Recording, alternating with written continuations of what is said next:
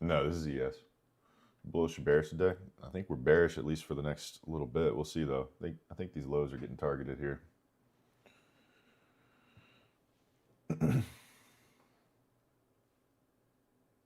We'll see.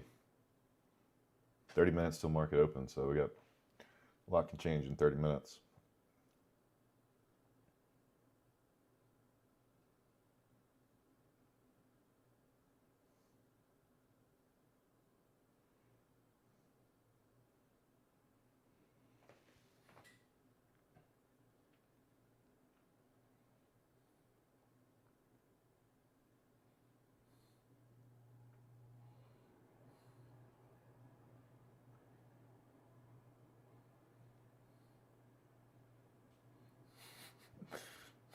Chance, you're wild. What's up, Change? How's it going, man? Good morning.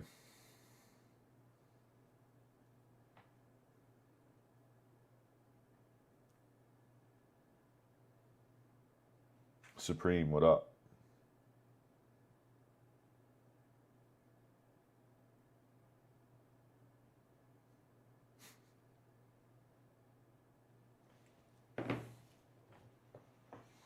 Isaiah, what up?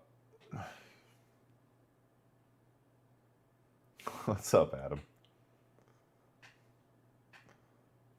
Appreciate you, Chance. You're not working today, are you?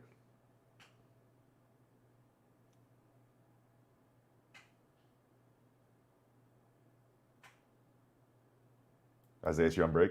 Very nice, man. Reaper. Hugo, what up? Coop, what up? Can you explain breaker blocks? Yeah.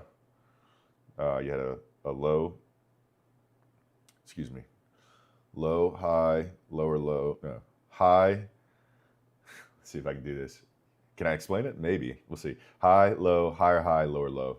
And then that breaker, basically it was the last leg down before this sweep higher. And then when this candle closed below this initial lower low, or this high low, when this lower low closed below that low, that created the breaker. And then you had a 5 minute in there. Obviously, I didn't take this because I don't take pre-market trades now, but it started to play out exactly how you would kind of want a short setup with this unicorn model. This is the unicorn model. So the only downside here is that we did not sweep that London high.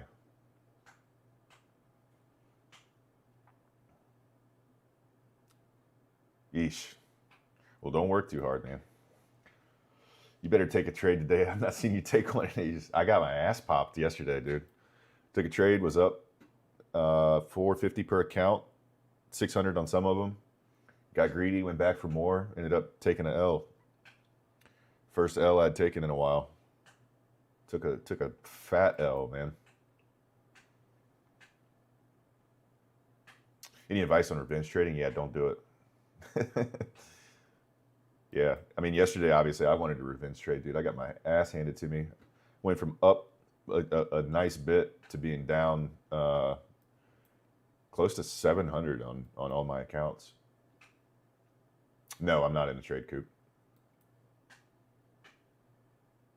I should have gotten off, Dre. I was up a good bit. I'd even screenshotted my P&L and sent it to my girlfriend. Should have just called it quits. And I was like, ooh, that's a juicy setup right there. I got to take this. Got popped. Advice for new traders. Somebody asked that just a second ago. Let's see. Where was it?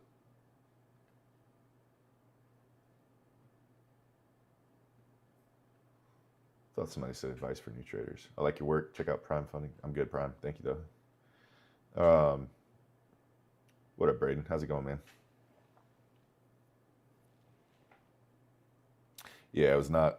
Yesterday was not a good feeling, but at the same time, I'm glad that I didn't try to revenge trade. So I just took the loss and kept it moving. Finally got TPT to approve that big payout that I was wanting. I don't know why that took them almost a week to do. Take it easy, Chance. Appreciate you stopping by, man. Have a good day. My girlfriend broke up with me and told me it was her, not me. Sorry, Reaper. Sucks, man. Lost 1K yesterday.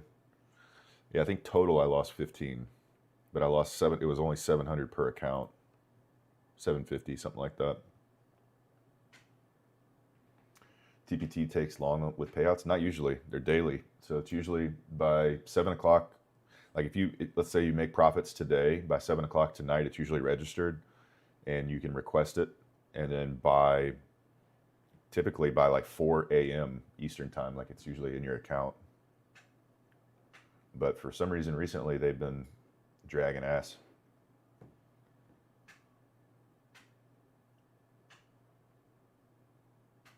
So far, so good. Not feeling too sick today. There you go.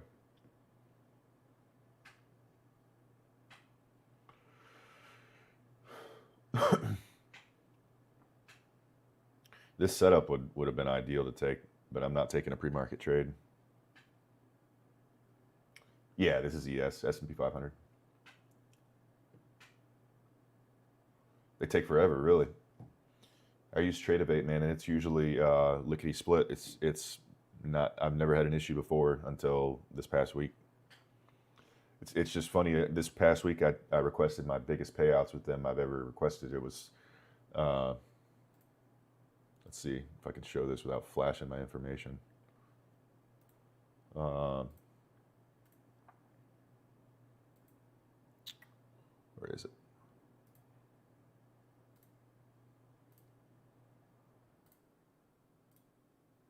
Yeah, here it is.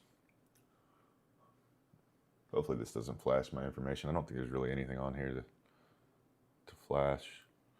But this is what it was. It was 3,700 times, or 3,740 times 5, my 5 funded accounts. So these 100K TPT accounts. So let me see if I can move this. So that's what the request was, and I had another 2,000 times 5 stacked up behind that, and then another 1,000 times 5 stacked up behind that, and this was the one holding up the works. So finally they approved that last night, which is nice. And it hit my account this morning, so it took them a week though. You can't see that. It's right there.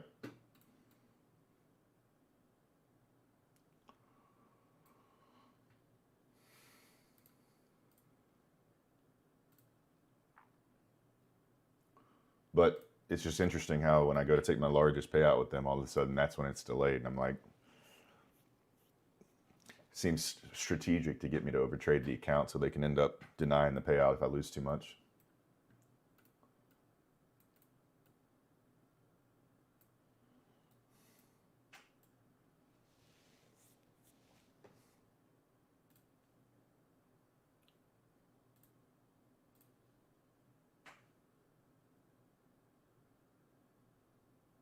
What time was my trade yesterday? It was around 2. Can't remember exactly. It was around 2. Not a lot of volume this morning. This is going to be a good day. Yeah, this bookmap is. I figured out how to get this NQ cleaned up a little bit for you guys. I don't know if you noticed that over on the YouTube that you're looking at here on the bookmap. This is ES and this is NQ. I kind of cleaned it up a little bit. Just had to monkey around with some stuff. This is how it looked before. And then here's how it looks now. So they had to overview your account. Yeah, but they don't, they haven't had to do that before. And I talked to their customer service, and they said they just had an influx of requests because of the holidays, which, whatever. It's there now. What's up, Tristan? How's it going, man? Do you trade full time? Yeah, I do.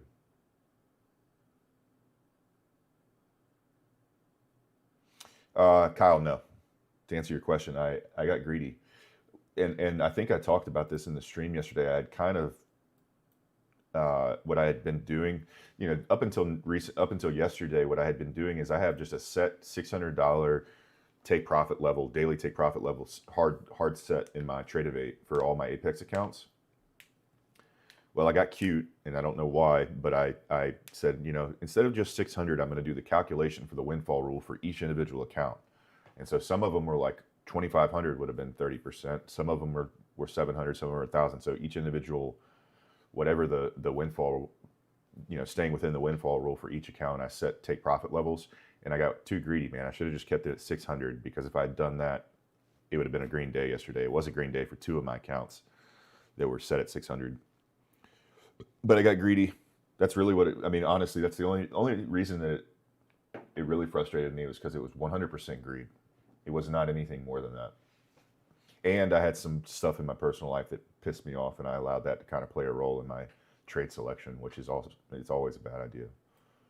So two mistakes: greed and a little bit of anger. Luckily, it wasn't that big of a hit. It wasn't that big of a deal. I have a lot of buffer built in those accounts. So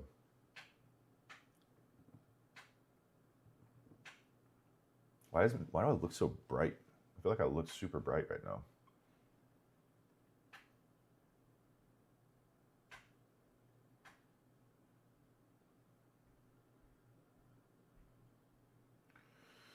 No, I have not taken a trade. I'm not going to take a pre-market trade. This would have been a decent setup here for targeting London low. You get the breaker, you get the 5 minute inside of the breaker. You got a perfect retest of that 5 minute, rejection out of it. I mean, this is textbook. Even if you had only gotten to exactly where it is right now, a trade right here would have been 8 points. You're talking 400, 500 bucks with one mini.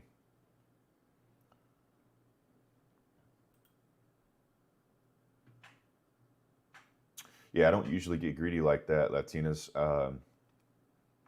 just kind of a little boo-boo. Just the market gods popping me in the nose, telling me, hey, you can still lose it all. Just be careful.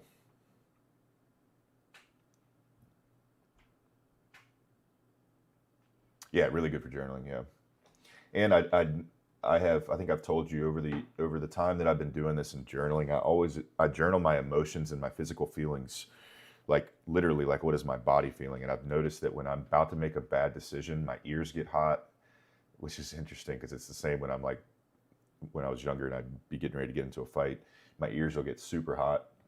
And I had that happen yesterday and I didn't listen to it. And I usually do. I know if I feel those sorts of feelings that it's like time to get off. I didn't listen. So I made a couple of different mistakes that compounded into a loss.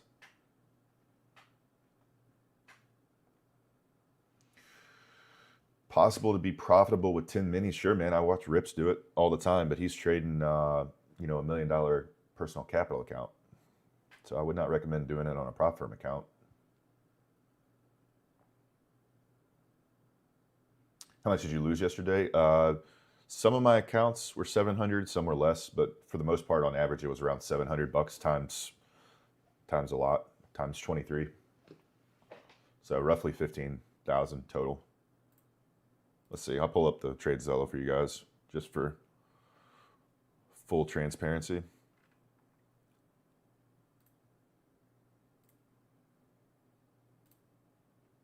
$15.2.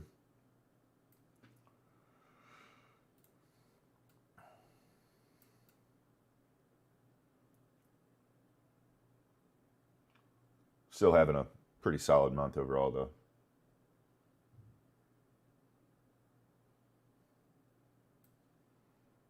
Can't complain.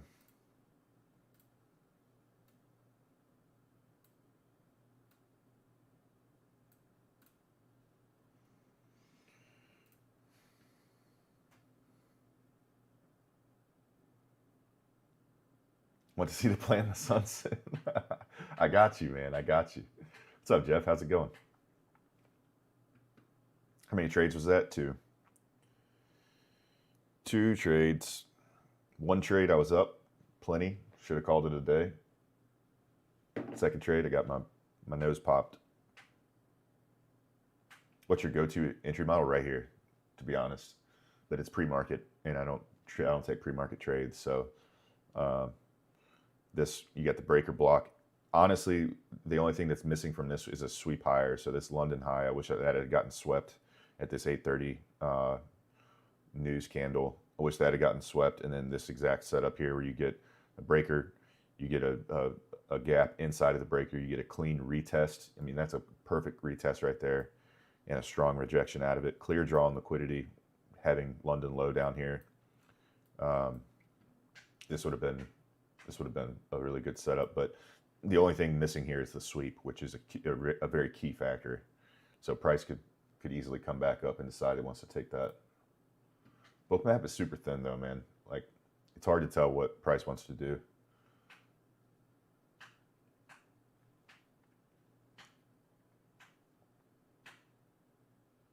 What are you trading? This is S&P and NASDAQ futures.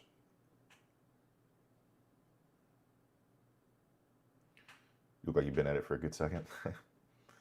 4 years, man. Can you explain a breaker? Yeah.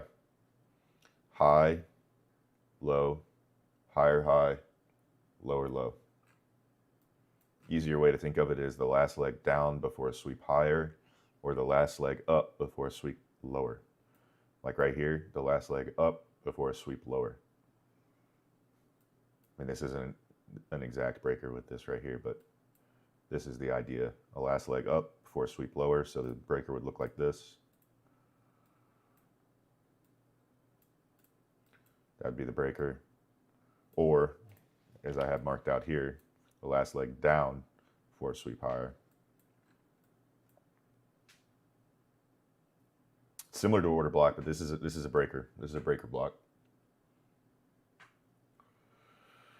Do you usually analyze the market during the morning session and take trades after 1 p.m.? Sometimes I do that. That's just not the cookie cutter strategy that I use, but it ends up playing out like that sometimes. If we get a setup during the AM session, I pounce on it and then I call it a day. But as of late, I would say most of this month, a lot of the setups have just been presenting themselves in the afternoon. So it's kind of worked out that way.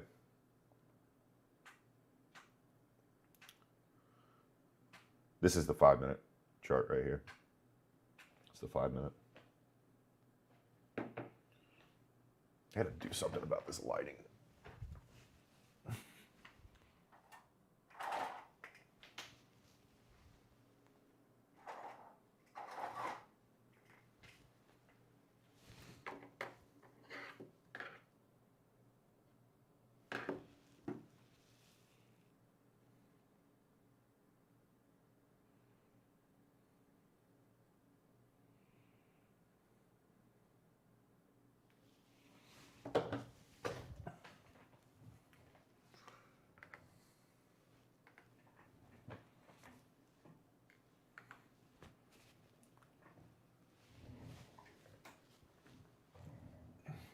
I feel like that looks even worse. I feel like it looks like I'm a crackhead now.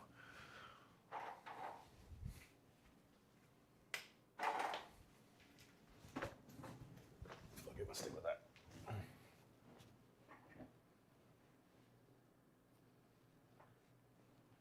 Would you put your stop above the breaker or in the fair value gap inside above the breaker?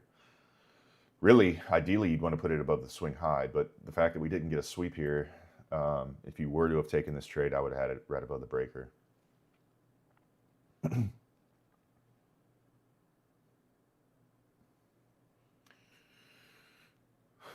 So, Raj, how's it going, man? Can you check NQ real quick? Sure. Yeah, NQ shooting for this London low here.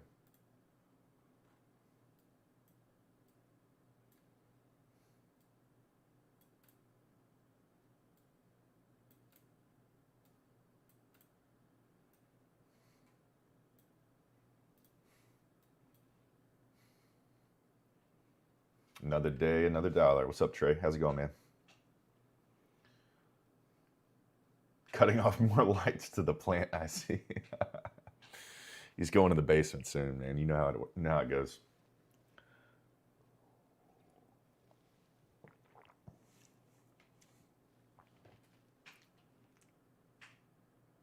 Bro, Apex takes forever. Yeah, dude, I'm waiting on a pretty sizable one from them, too. It's supposed to be either today or tomorrow, though, I think. It's been from last Thursday, I think, is when I requested it. They usually take, for me, it's 3 to 4 business days after they've approved it. after they've approved it and said, hey, we've sent the money to your bank account, it usually takes 3 or 4 days, which I don't know why it takes that long, but that's usually the time frame that I've calculated. You're in shorts, not a bad move. Hopefully you got an entry at this 5-minute gap.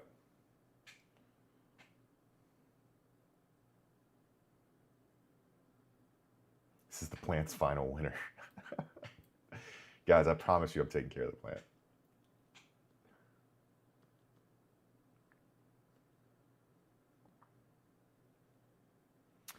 What broker do you need? I use, are you familiar, Lorna, are you familiar with prop firms? I trade prop firms.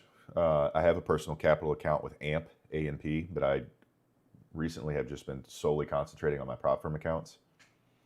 So basically prop firms, they're, look into them, YouTube prop firms or something of that nature, maybe Google it.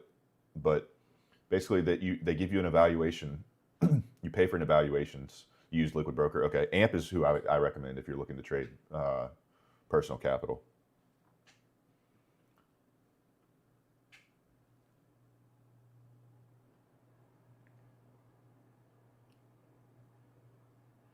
Hey, AO, is that OG? I got some indicators. I got some buddies that trade options, and they've been building their own indicators that are actually, I've been keeping an eye on them and testing them out, and they're actually performing extremely well.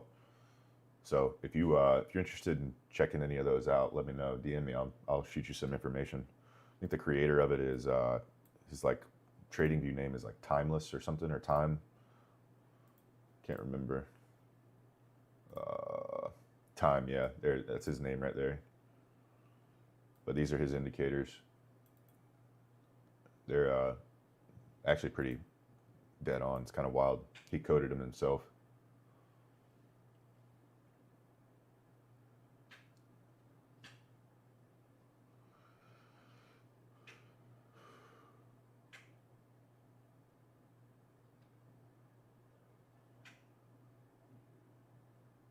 Yeah. Yeah, I'm not a huge, like, I don't rely very heavily on indicators myself, but I would think I'm not huge into options. I'm kind of learning still.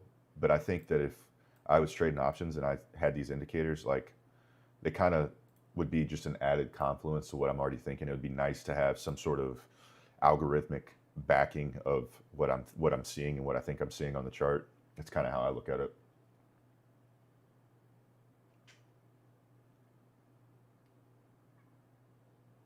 Yeah, price action and volume for sure. Bookmap, dude, huge.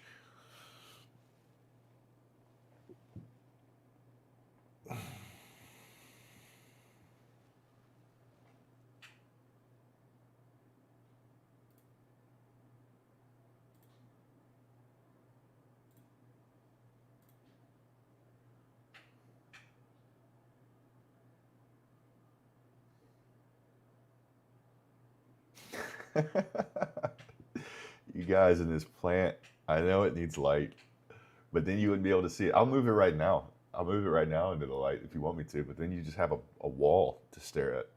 It kind of messes with the feng shui of the background.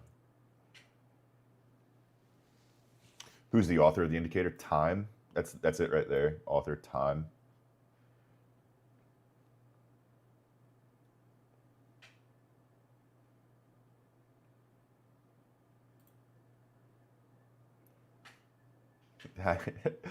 Trump clips. I know, man. I know. What's up, Nora? Wall or death? All right. The plant's getting moved. Right now.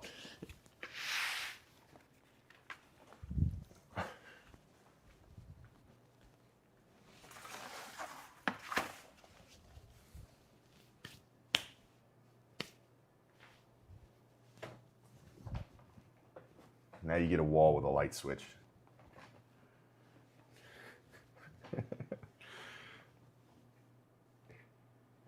Yeah, I'm definitely gonna. I got a fake one that I've been looking at that I think would look good there.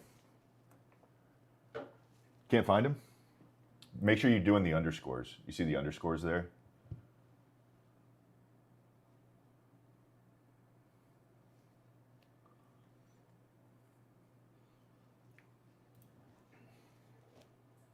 Yeah, it's TradingView.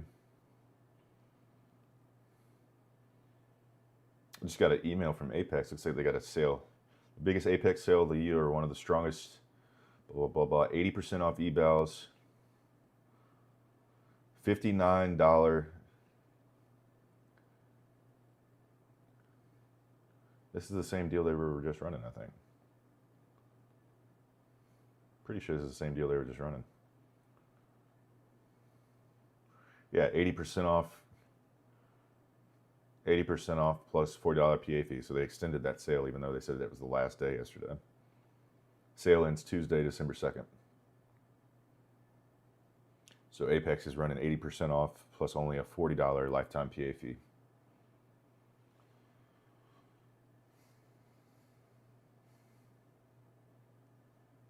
And they added, so it's for the 100K account, it's $59 now for the eval instead of just the 80% off. That's what they're saying. Plus $10 lifetime. Oh shit. Okay, this is the deal. So they're running. It's $59 for the 100K, and then only $10 for the lifetime PA fee. That's only for the 100K account. So $69 total all in for the 100K accounts. That is actually a really good deal. If I didn't have 20 accounts already, I'd be stacking those up.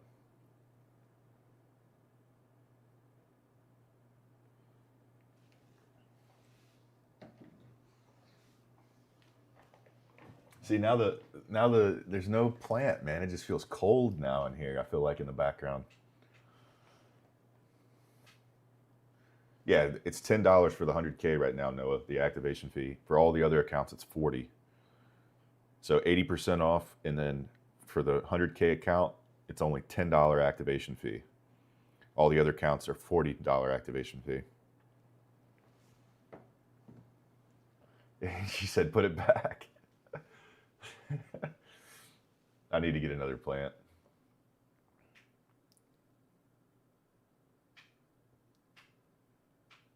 What's up, man? Chris Bumstead. I feel like Chris wouldn't be able to wear a shirt like this. He'd bust out of it. Can you explain TPT drawdown rules? Yeah, Matt. TPT drawdown rules are intraday trailing. So whatever the max, let's say you're in a trade and it goes up 1,000, and before you close the trade, it comes back down to where you're only up 500. That 500 gap from your max total counts against your drawdown. Kind of tricky. It forced you to close trades early and not allow trades to run back on you like that. But in the funded accounts, once you reach the buffer, that goes away. Do you like Ichimoku? Ichimoku clouds. What are those? Oh, the like puffy ones that like light up or whatever.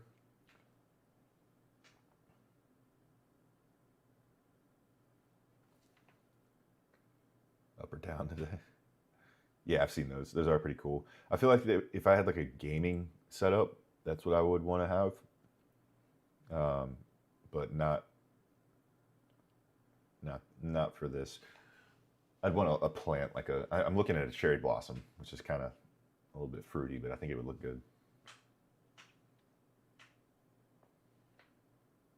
My Funded Futures, yeah, I've got in a couple accounts with them now, and with Alpha Futures. All I want for Christmas is ChristianTrades book map setting tutorial. Do you like it? I guess you do since you're asking for the settings. I need to do that, man. Maybe I'll do that while I'm on break. If it touches into that breaker after the open, if it touches into this 5 minute, I'd be tempted. But the only reason why I would be hesitant and I would pay heavy attention, I'm not going to set a blanket statement where yes, I would get in, because it would heavily depend on what the book map's looking like. If we're creating momentum to this upside and price looks like it wants to take this London high, which it very well could, then obviously I don't want to get in on a short right there. The fact that we didn't sweep that London high, Christian, you're making 6 figures a month and asking if people like it. If the fact that we haven't swept that London high kind of gives me pause to jump into this trade. Take profit trading is the same this week. You get refund after you pass funding. That's crazy, dude. Yeah, that is crazy. I wish they would improve their payout speeds so that I could be sitting here advocating for them more. I should let that go though, because they did approve my payout last night. It just took them a week to do it. I still have 2 payouts stacked that I'm waiting for them to approve now. What's up, Randall? How's it going, man? What's up, Muhammad? How's it going, man? I look for rejection off the 5. Yeah, exactly. That you'd want to see like a strong rejection like what you had right here. You'd want it to be very, clear though. Any sort of lagging in this area, I'm not jumping in. Yeah, it was nice that, here's market open. It was nice to get the 1 approved. We'll see what this does. Still a lot of orders stacked below us here.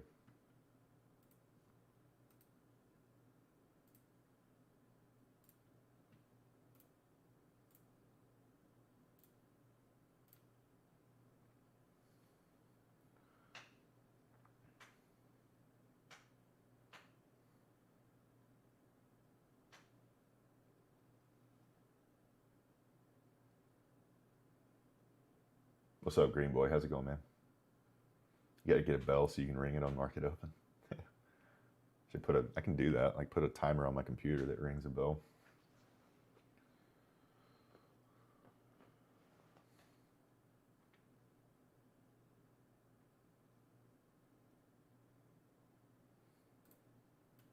So NQ swept that London low. Good morning, my brother and our Lord. May the peace of Christ be with you. Evan, I appreciate that, man. Same to you.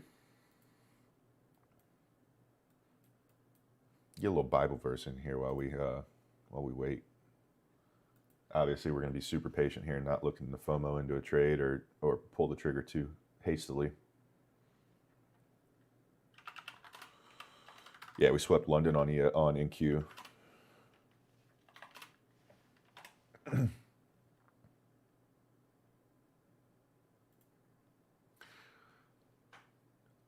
This is Psalm 7:17. I will give thanks to the Lord because of his righteousness. I will sing the praises of the name of the Lord Most High. Amen.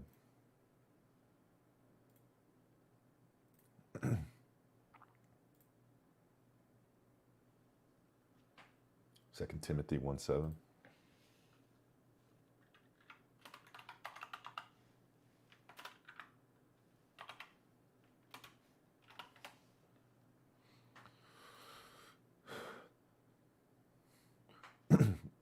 Is it 2 Timothy?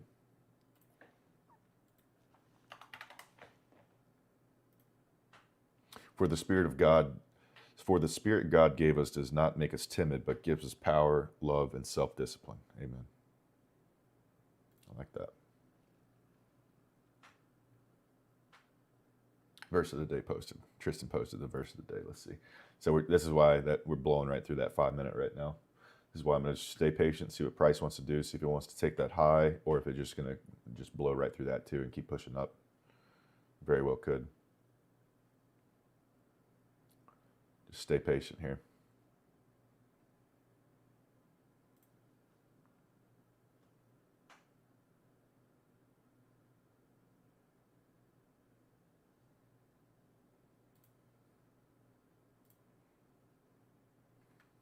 Here's Psalm 27:1. The Lord is my light and my salvation. Whom shall I fear? The Lord is the stronghold of my life. Of whom shall I be afraid? Amen.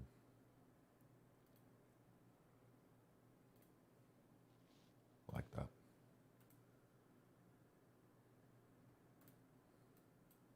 Yeah, a little S&T there.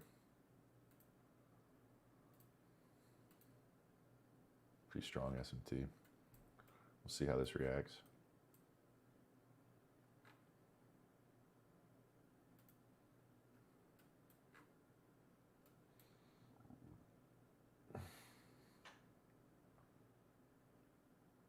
Can we do a daily prayer? I'd like that. We should do that before the market opens.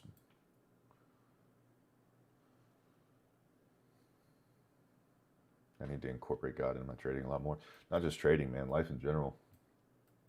I think it's huge.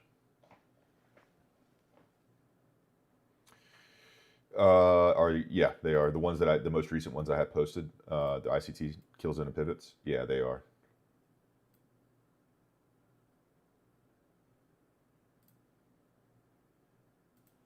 How did you learn to trade? I'm currently trying to get into it and reading books, but I struggle. A lot of YouTube videos, Ryan, and sticking with one strategy helps a lot instead of bouncing around. A lot of it is trial and error, paper trading. You know, you can get paper accounts with TradingView. Like if you sign up for TradingView and make an account with them, you get a $100,000 paper trading account. I would highly recommend watching YouTube videos, and when you find a strategy that makes sense to you, to paper trade that strategy and stick with it. And then once you've kind of developed some hard rules for yourself about discipline and certain things that you're looking for, once you've been green for a little while on paper, get a prop firm account and work on passing that. We had news at 8:30. The news was at 8:30. Red folder news was at 8:30.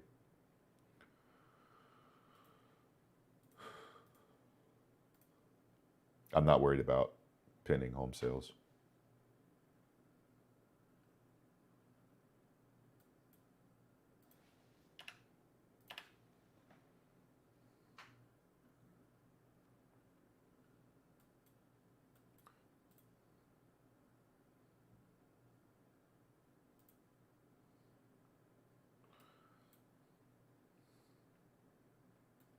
This would be interesting.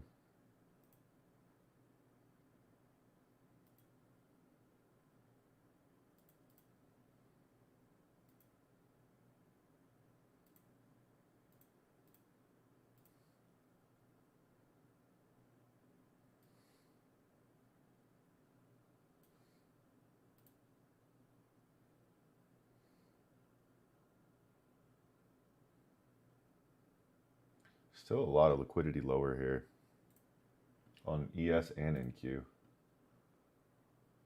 You have orders stacked up to this London high, but it's thin. The majority of the larger orders are down here.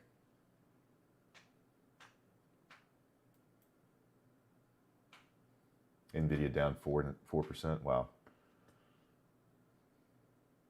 Yeah, I use this mag. So this is the Mag 7 right here. This is a pretty good indication of what ES is going to do. Typically, it's the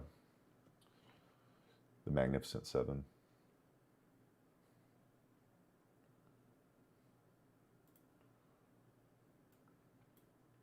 Just leaving that London high up there again.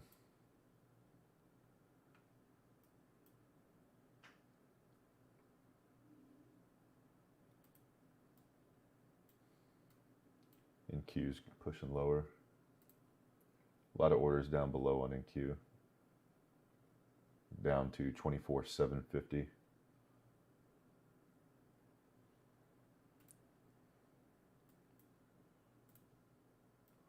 $24,750 would be around this level.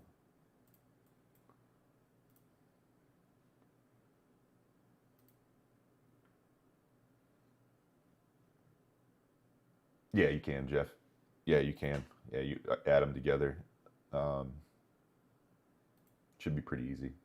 When you're on one chart, you select the top left, and then you can see that right there. You add them together. Do the plus sign.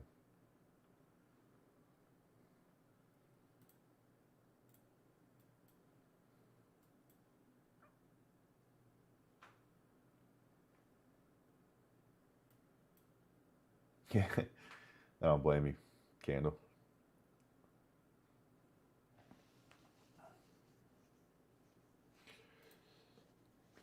Yeah, they're going to catch up to each other here in a second, though. Pretty sure.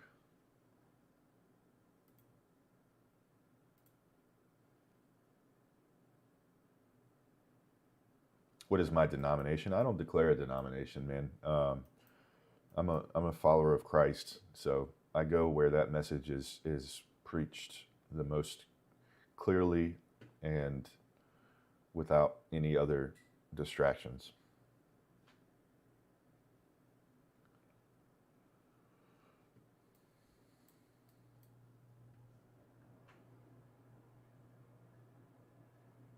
I grew up Baptist, though. Grew up going to a Baptist church.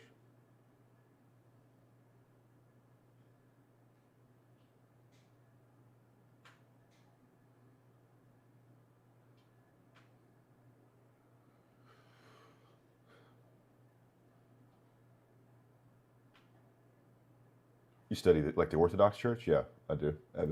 I've looked into it, not as much as I would like to, but it is interesting to me.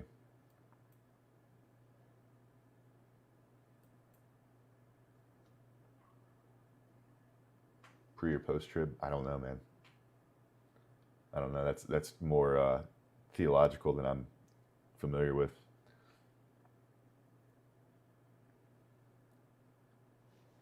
My mom's probably watching. She's going to text me in a minute and tell me the answer to that. So she's actually probably in the chat with you right there, Coop.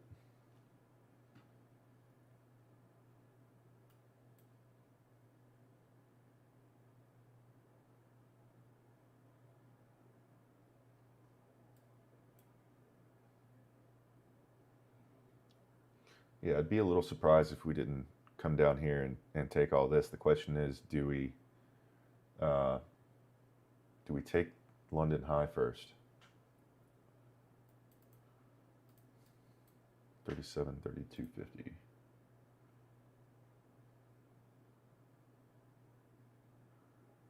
$6,750. Yeah, dude, no problem. Do you ever leverage crypto? No, I don't. I don't trade crypto. Is this ES? Yes. Hey, Mom.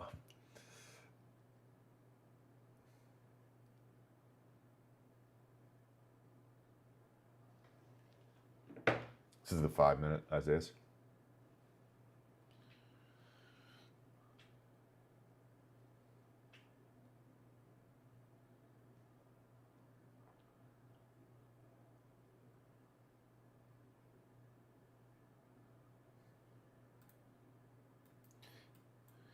Yeah, you had these orders down at 24,750 on NQ that I had marked out here. Wow, why did this get messed up again?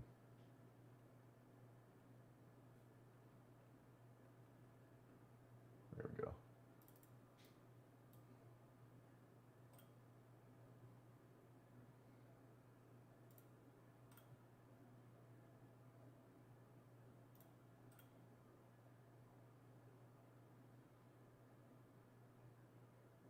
Yeah, we are dumping on NQ. ES also.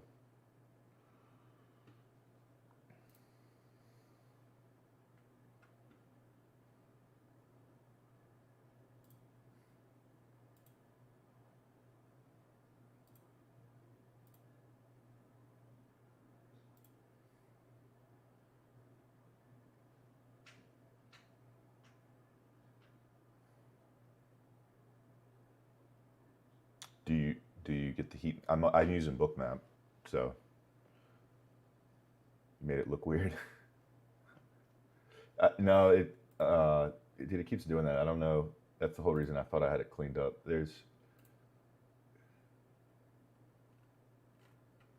Trying to fix it, but it won't. The NQ just looks weird on there.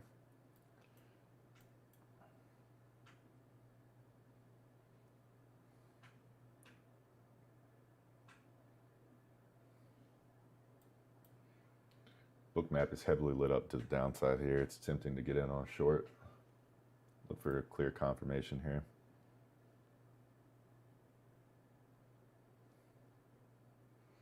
I might look for a little pullback here and then a short to 6,700. If I can get a little bit of a pullback here, I'm going to try to ride this to 6,700. I need a little bit of a pullback first.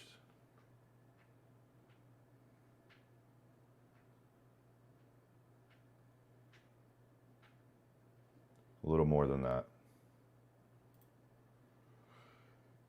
Up into here would be ideal. I don't think I'm going to get it though. Maybe. All right. take a stab right there, down to 6,700.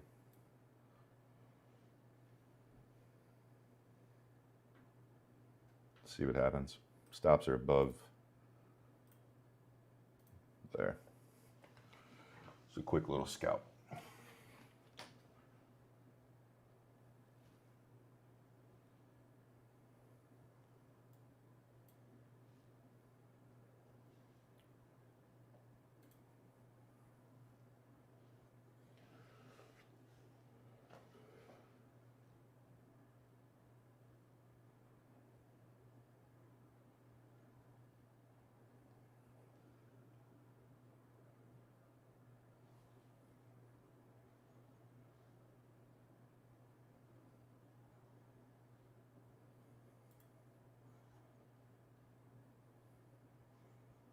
Boom. There we go. In and out. That's how you do it. That's all I need right there.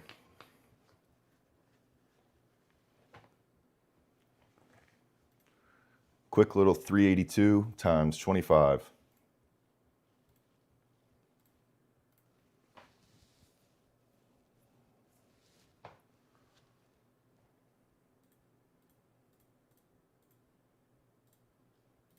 And it could keep dumping, but that was just a clear little spot. So you guys asked me, what trade did you take? What trade did you take in the afternoon when you don't see me take a trade? That right there. You look for those tiny little pullback, clear indication on the book map.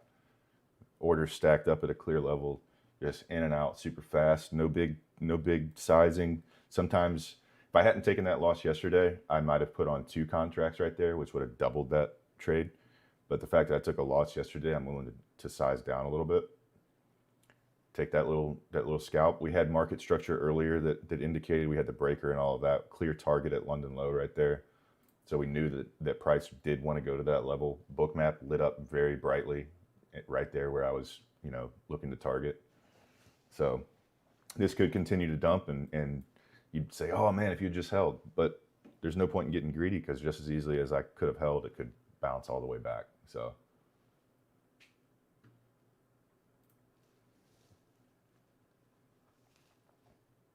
I'm happy with it.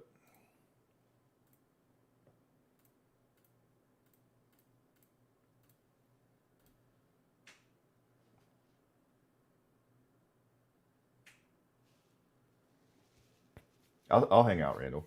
I'll hang out.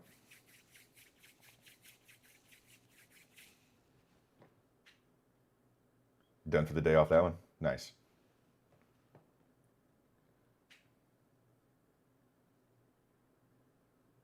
Adam, was it you that said I better take a trade today? There you go, man. I took it.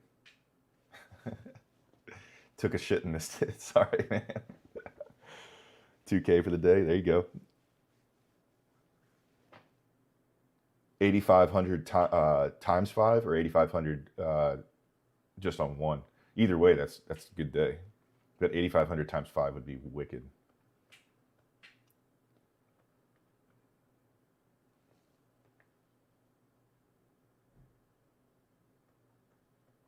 Times 5, holy cow.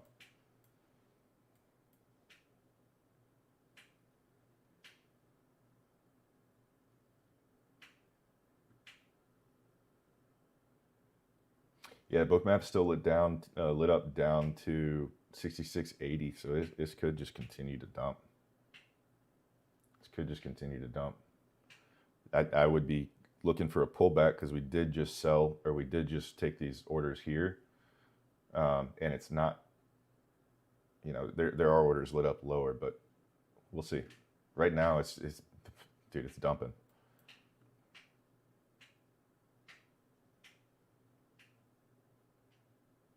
Do you by chance know when my fund of futures is doing a sale? I have no idea, man. They've honestly kind of been cutting back on their sales, I feel like. I have no idea. We got to trade on live before Thanksgiving. God, it's good.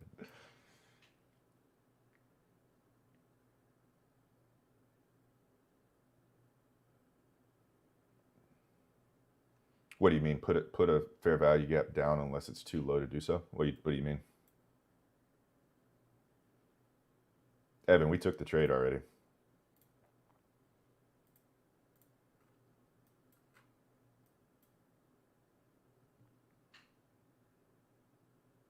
This live is popping. How much capital do you have? Total that I'm trading with right now. There's a way to look at that on my 1.6 mil, almost 1.7.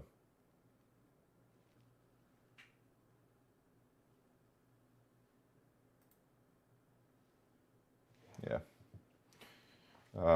What prop firms are you trading with? Apex, Take Profit Trader. Those are the two that I'm fully funded with right now, max allocation. And then I just added in this week my funded futures and alpha futures. P&L so far, 382 times 25.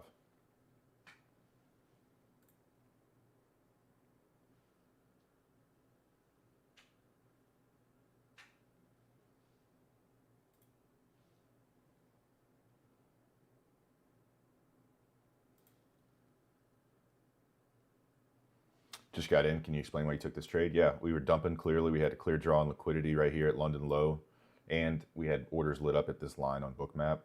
I mean, it was bright red to the downside here, so I called out that I was waiting for a pullback, and as soon as I got a pullback, I was going to try to take a short at least to this London low, just to scalp a quick couple $100.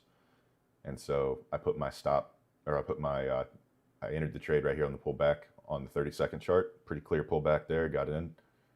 And that was according to the book map, and then put my take profit level right here just below this line. So this is the pullback I was talking about being careful of if you're eyeballing the short if you didn't get a chance to get in.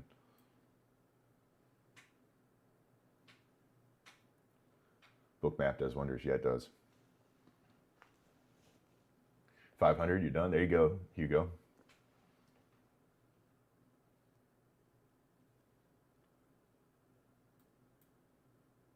How many fair value gaps? Yes, that's the indicator, man. It's just the indicator. That's funny, though.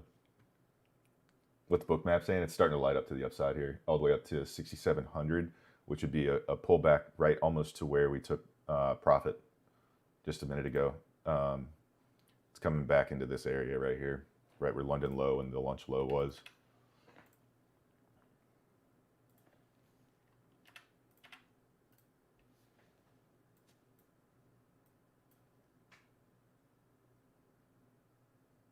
Can you give a ballpark figure in how much in payouts you've taken? Around so far total around 110,000, but I've only been taking payouts for like 4 months, like consistently. This is actually my 5th month. November is my 5th month of taking consistent payouts. This month, the majority of that has come from this month, to be completely honest with you.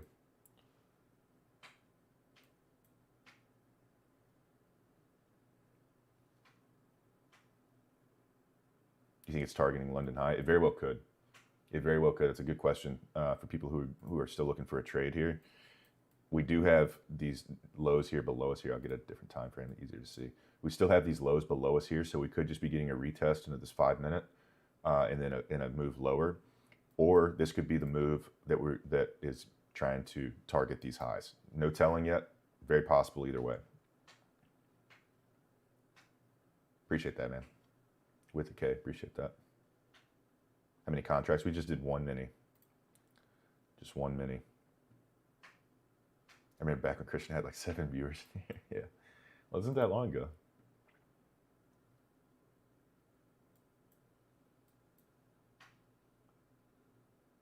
Guys, sell now. FX Harry says sell now. It could just be retested. I'd wait for a little dig deeper, and the book map is lit up. I'll show you what I'm seeing on the book map for you guys and the TikTok.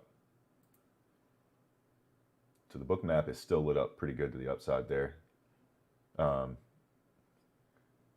it's also lit up to the downside too. So it's unclear. I wouldn't take a trade just yet. I'd wait for more confirmation one way or the other. Made 900 on that drop. Thank you, Lord. Amen. And a boy. Yeah, they just swept a lot of those orders at 67.05 right there. On ES, yeah, that's a strong move back, man. Yeah, those are the lows it could target.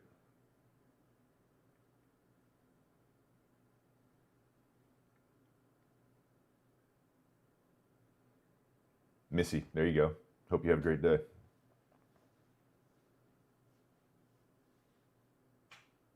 Yeah, it was good. Hope everyone's eating. Amen. Yeah, I hope they are too, man. Is there a whole lot of orders lower, John? Not really, man. There are orders lower, but they're starting to get yanked. I just had a bunch of orders yanked at 67.70 on the book map and at 67.75. So it's starting to create some more momentum here to the upside. I want to see, if I was looking for a trade right now, I'd want to see how we're reacting in this area. You know, it's better to enter a trade late than to enter it early and get stopped out.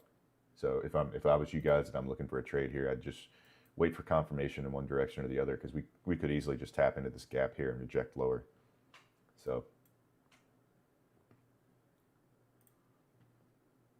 all right, Braden, have a good one, man.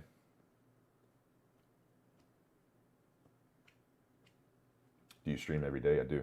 Yeah. Every normal day. Tomorrow I'm not streaming because I'm traveling for the holidays for Thanksgiving, and I will not be live Friday because I'll still be out of town for Thanksgiving, but next week we'll be live every day.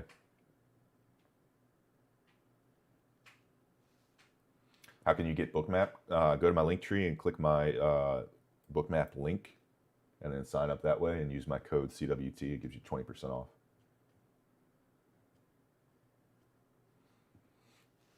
Trading state of mind says, if I don't get out of drawdown by end of month, should I just get a new eval?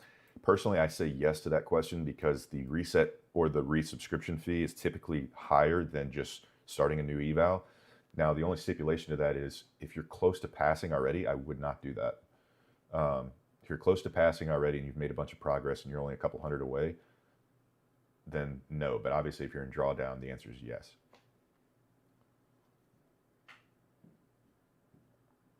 Yeah, you full port. I don't advise full porting just for the sake of full porting, but in that scenario, yeah, full port, blow the account, and get a new eval, because typically to get a new eval is cheaper than to pay the resubscription fee. Paul says, for TPT, once you pass the account, can you take payouts daily, or you should build a buffer? You have to build a buffer. If you're on a 50K account, you have to get above the $2,000 profit level. Excuse me. And then you can take a payout daily after that for whatever amount you make. Anything below $250, I think you get a $50 fee, though.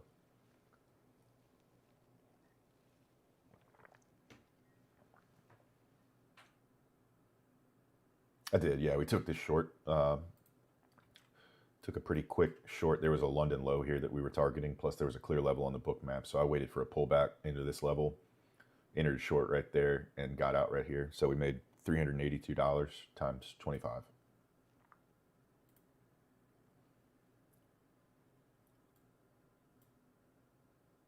Yeah, these are all funded accounts. 25 funded accounts, 20 Apex and 5 TPT.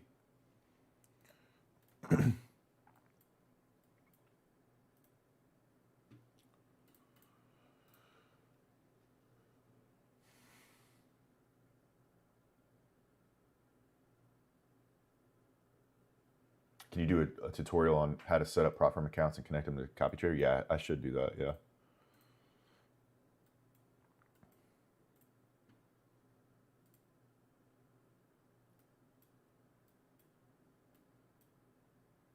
You think price is targeting London high? Somebody just asked that in the YouTube. It very well could.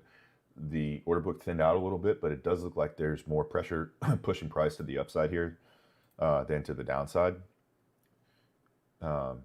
This range right here is a very crucial range to decide which direction it's going. I think it's going up to London high personally, but I'm not willing to jump. I'm done trading for the day. I'm not going to take another one. I'm up enough. So one and done for me. But it very well could be pushing up to this high.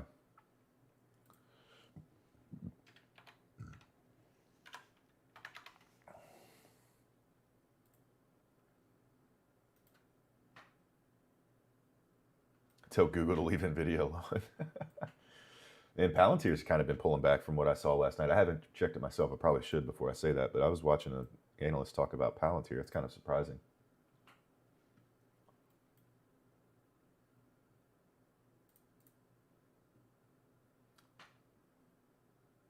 You think it was London reversal or manipulation? I think we swept that London low and price decided to come back up. V-shaped recovery, strong. Did not get a breaker. We invert this 5 minute on NQ or ES. I think it's to the moon, to these highs. What are your thoughts on? I think it's undervalued currently. Wow, Bookmap just completely cleared out, dude. So maybe home sales are going to have a little bit of an effect here. Pending home sales are better than anticipated. Richmond Manufacturing Index is worse than forecast. This orange folder news doesn't typically have much effect on the market, but the Bookmap did just clear out there pretty aggressively.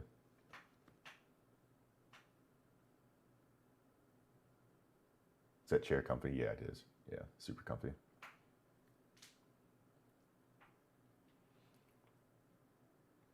Caden says, how many trades am I looking to take in a day? One, ideally. One, maybe two. If I lose the first trade, I'll take one more, and win or lose, I'm done for the day. My rule that I broke yesterday is take one trade, and if you win, call it a day. I broke that rule yesterday and ended up giving back all my profits plus another 750 loss on top of that. So not ideal. That's why I have rules that I try to mine pretty religiously, and they save me a lot of money. They make me a lot of money. And yesterday is an example of what happens if I break those rules. So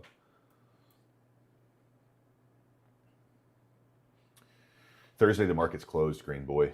So yeah, I would advise not trading on Thursday. Tomorrow, I actually would advise taking a peek at the market because we have some news. You know, if you're not traveling or anything, you're at your setup. We have unemployment claims at 8:30, so could potentially cause some nice price action. Who knows? This is the first time I've seen that I can remember news on the day before Thanksgiving. So that's kind of a mixture of, you know, red folder news is typically good. Day before Thanksgiving, typically bad.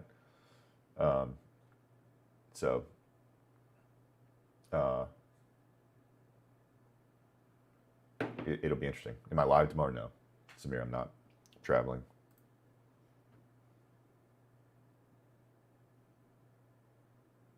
So this is why I didn't want a long. I said if we invert that, then potentially. But the fact that we're rejecting out of this 5 is exactly why I didn't want to take a long. Completely disregard. Oh, full port news tomorrow. It's make or break for this account. There you go. Yeah, if you're in drawdown and you're about to get charged for a resubscription, that's not a bad idea, man.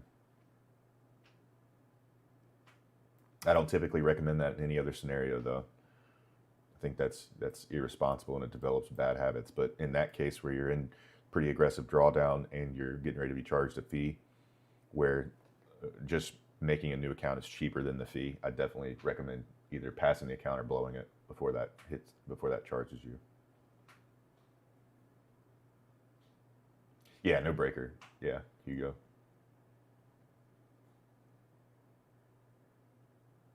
Yeah, Remy, these execution marks are a trade we took. Anytime you see these on a trading view, unless somebody's really good at Photoshop, which I'm not, this is live, then this is the trade that they took. The red is a sell order and the blue is a buy order. So we had to pull back into a 30-second gap here. Bookmap was clearly lit up to the downside. I had a clear level that I was targeting, which was London low. We are lit up red to the downside right now on ES, like super red to the downside here. You do have some orders, people trying to get in at this 700 level, but it is red, red, red, red, red to the downside. At least to 66.80, which would be this level right here. Red, red, red, red.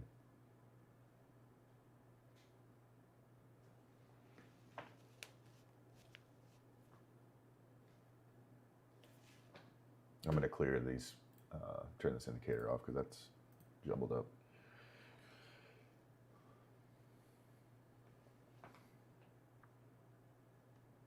How much did you make today? I think 9,500.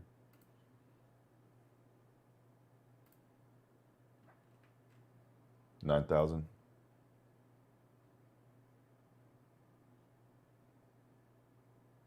$9,050. Starting to pull orders a little bit here. There's a little bit of a lull in the aggression. 66.87 is still a pretty hot level on the map right here, but they are yanking orders lower here. 66.80 still lit up. That could have just been a retest for lower here. Now orders are coming back in here, down lower. So I think it wants to push at least to this level right here.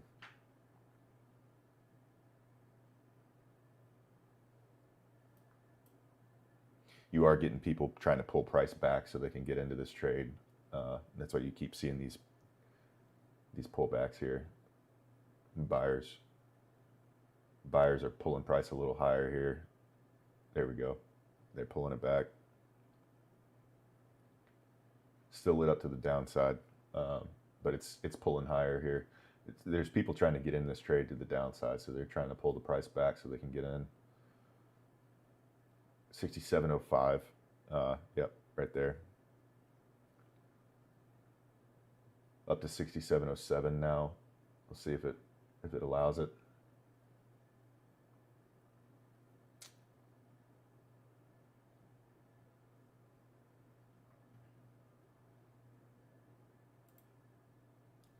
Touched into that 30-second.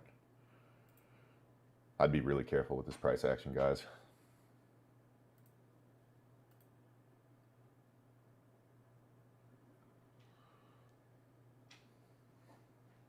Where did you learn to trade? I learned a lot of it from YouTube, a lot of it from watching people that did lives.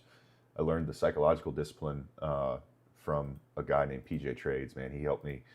His example, doing what I'm doing right now, me watching him do exactly what I'm doing right now, which is being super prudent about the trades that he takes. Very selective, very patient, sat on his hands a lot, still does. He live trades. He's got a paid Discord. But watching his example and seeing how effective it was really helped a lot. So I knew how to read price action. I knew what I was looking for. I didn't know how to just stop clicking the button unnecessarily. And I feel like that's a lot of people's problems. They FOMO into trades, take unnecessary risks, don't know when to call it a day, which is what I did yesterday. It's still a struggle, man. But, you know, I would say that learning trading in terms of the structural aspect of it and reading Bookmap and all of that, that is only maybe 30% of trading. I'd say the other 70% is psychological. It really is. I mean, the one of the hardest things in the world, man. I've gotten sober from a lot of things. I've quit smoking. I've stopped dipping. I do nicotine now, but I stopped dipping tobacco. I've done some really hard things before. One of the hardest things I've ever done is learn how to just not take a trade and just sit here and be okay and be comfortable with either taking a loss when I do take a trade and not revenge trading, or being okay with not taking a trade at all and watching price go exactly where I thought it was about to go and just not letting it affect you. That if you can get a grip on that, even partially, your trading is going to improve drastically. Yeah, it's right here, Santi. There was a 30-second gap that we got to pull back into right here. So the Bookmap was just lit up trying to target that London low, which was down right here where I took profit. So I wasn't looking for a big, long, crazy move. It was just clear. Like right now, it's clear to the upside to 67.25. But the fact that this is not really a key level we had London low here. That's a key level. So I had very strong conviction that that's where price was about to go, and I got in, got out. Yeah, this is seek and destroy price action, so be very careful. Be very careful.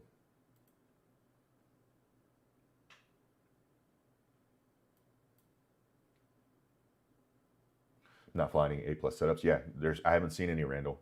If you're not, you know, going to take a scalp like one of these, and even then, I'd be super careful. If you're not seeing what you're looking for, make sure you don't force anything, man. Don't force it. Maybe just don't take a trade today.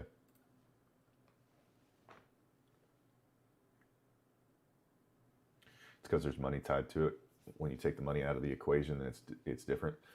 But it's like you see in this dollar. Yeah, that's very true, Green Boy. And you just touched on a really important thing, which is to try to remove the money from your mind when you're taking these trades. Just looking for, you develop a system, and you stick to that system almost like a robot.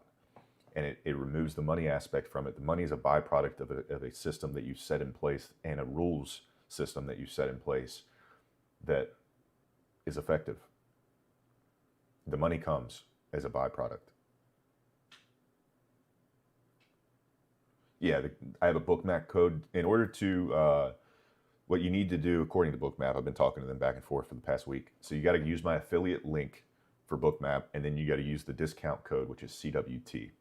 So in case you're looking for the affiliate link, I'll shoot it to you right here, specifically so that you have it.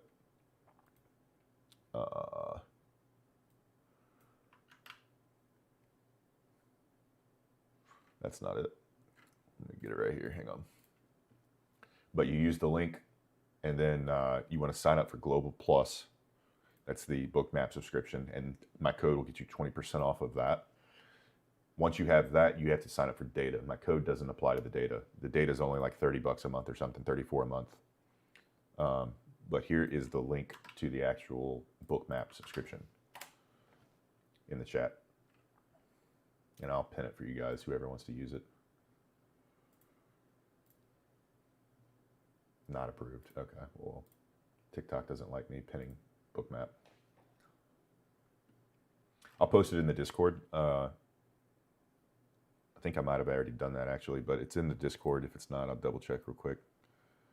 Under indicators, nope, not there. Education, nope. Prop firms. It's under prop firms. So if you go to prop firms in my Discord, it's under prop firms, and you click that affiliate link and use code CWT.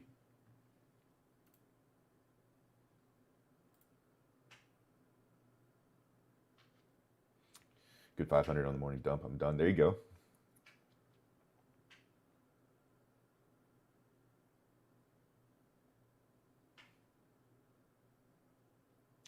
Ended your funded? Like it blew it, or you passed the eval?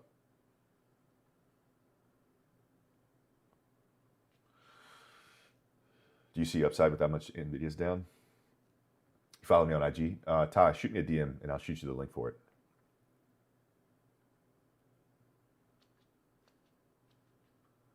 Let's take a look at Nvidia here. Down 6%.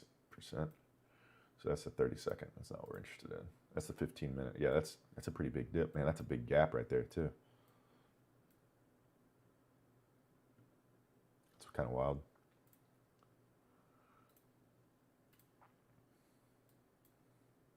Look at those 15-minute candles.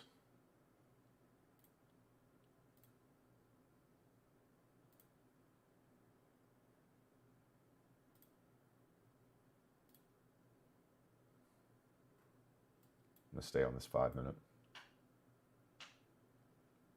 How much is the Discord? Free, man. I'll charge for that. Yeah, Samir, it's not ideal. I'm glad I was able to get that short and get in and get out.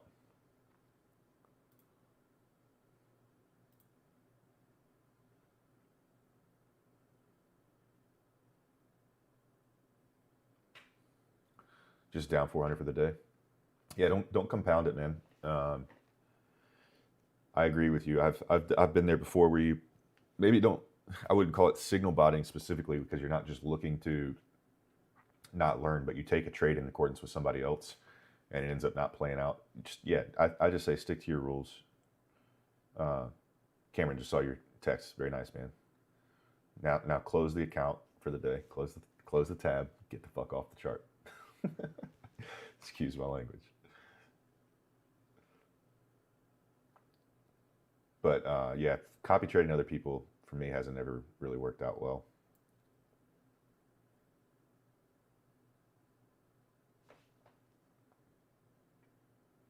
Where's the plant today? We moved it, Randall. I got ragged on enough by you guys. I moved it into the sun, which is non-existent at the moment. It's super cloudy outside now, right after I moved it.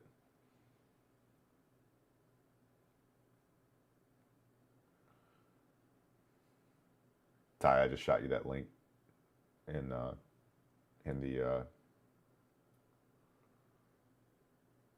Instagram.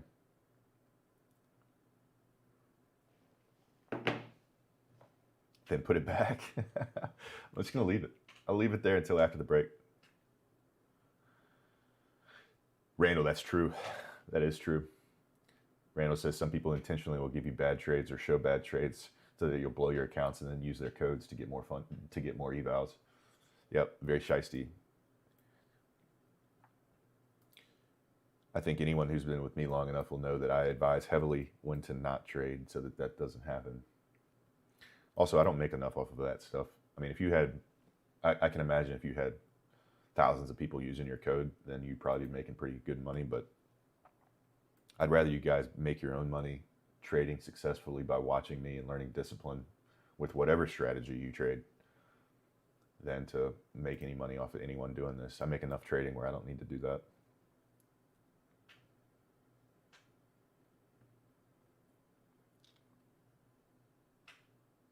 Yeah, no problem, Ty. I got you, man. Very true, Randall. You got to be selective. You're welcome, Nora. I do it for you. You and your grandma.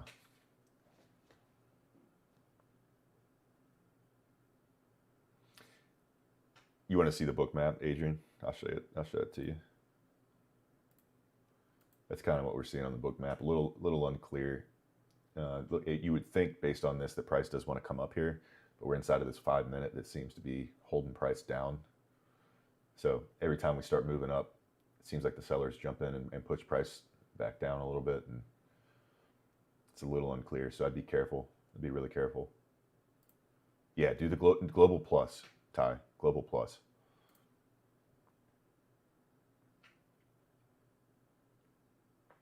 Is this gold? You would think. You would think with this movement, you'd think it's a meme coin. It's actually ES.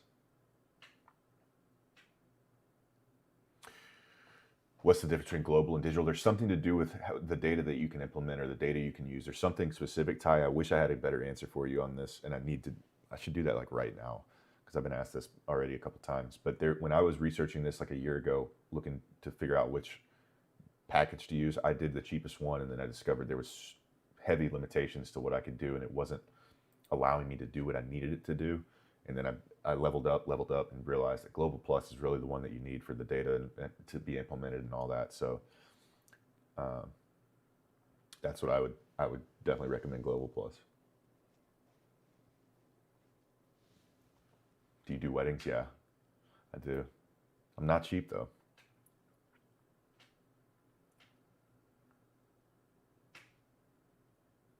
He has a wife. I don't have a wife. I have a girlfriend. Nora knows. Nora's one of my friends.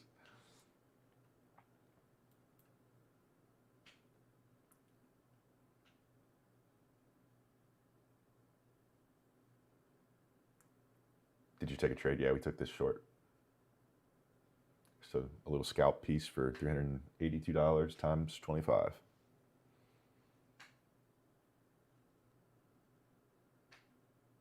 I'll pay any price. You're wild.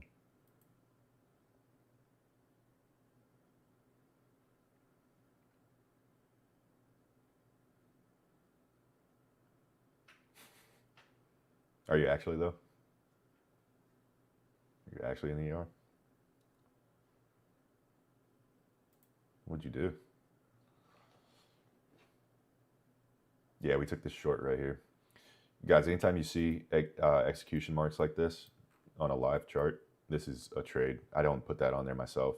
This is done by TradingView if it's tied to my account. So when you turn execution marks on like that, it'll show the trades that have been taken. So we took this short.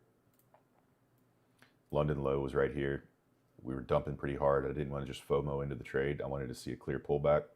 We got a pullback on the book map. As soon as we got that pullback, I entered the trade, put my take profit right here, had stops I think just above one of these candle wicks, and just got in and got out.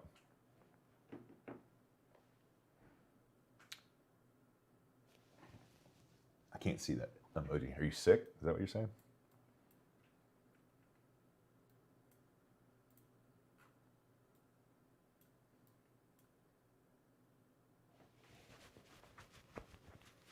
Why do I keep losing? Oh, you had a kidney stone. That's rough. Hate that for you. This consolidation right here, man, I honestly think it's getting ready to break loose to the upside, but who knows with it being Thanksgiving week. If I was gonna guess what we would get, and now we're getting orders yanked, I'd be super careful with this price action, man. High fever. I hope you feel better. Hope you feel better for Thanksgiving.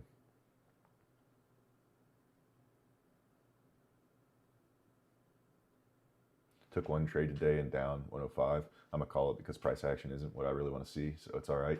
Little red day, but we'll definitely make it back on price action days, on better price action days. Yeah, Green Boy, very smart move, man. That's discipline right there. Be okay with taking that little L, knowing that you don't want to make it worse, and just you're not seeing what you want to see, and call it a day. I think that's great, man. That's long term. That's a very wise decision to make. We'll be back here, Green Boy. I'll be back live Monday, so come back. We'll hopefully get some better PA after Thanksgiving week.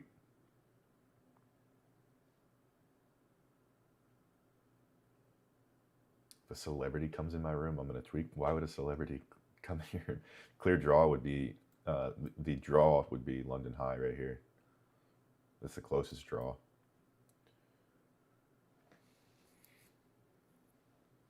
We are in this 5-minute bearish gap right here, though, so be careful. I would not get into this trade. Just letting you guys know. I appreciate that, dude. Yeah, I appreciate that. Have a good Thanksgiving. I won't be live tomorrow, so I won't talk to you again until after Thanksgiving. So hope you enjoy it. Stay safe. Chris Hemsworth. That's the first time I've gotten that. That dude is a stud. That's his brother. Timu, Chris Hemsworth. Why, you're not going live tomorrow? I'll be out of town. I'm traveling to go be with my family for Thanksgiving. So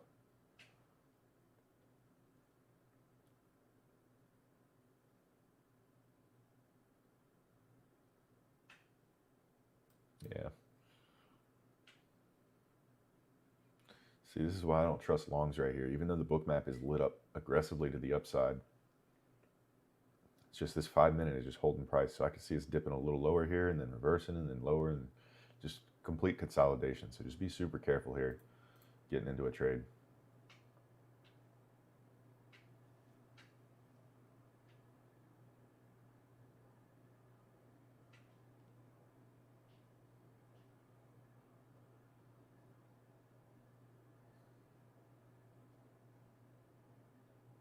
At 66.40. Not necessarily. I see what you're talking about. I hope you feel better, Nora. Have a good Thanksgiving if I don't talk to you. That's a good question. Would that be a clear target, 66.40, because there's so many orders stacked up there? I would say no, because you see all the blank space between 66.75 and then 66.40. I would think that if we started pushing down lower to the 66.75 and you started seeing price pick up, orders start coming in, between 66.75 and 66.40, then yeah, that would be the next target. I typically what happens though, when you see that kind of 1,000 orders stacked up right there, they might start to yank those orders when price starts moving in that direction. So just be super careful. I wouldn't use it as a target right now. The next target I would have would be London High, which would be the 132 orders stacked up near the 67.20 area. You'd look for momentum there, and then price to come up to the 67.30, 250 area. So you'd want to see momentum being created in one of these directions, which right now you're not. You're just seeing consolidation.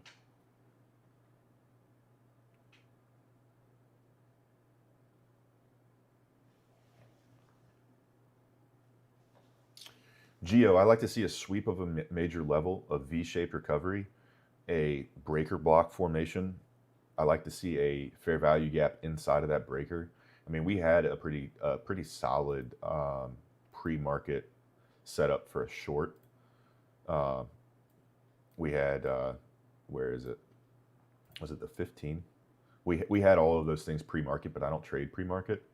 And if we had, this dump would have played out perfectly. I mean, we touched right back into that 5 and then dumped. But I don't take pre-market trades, and I wasn't about to break that rule. So we did get in on a little continuation short here off of a 30-second gap, which some people would advise against. But the book map was lit up pretty well to the downside. We had London low right here, which was our target. And I was comfortable taking this trade. It was 1 mini. And we got out right at the intended target, right just below London low. So sometimes that's how it goes.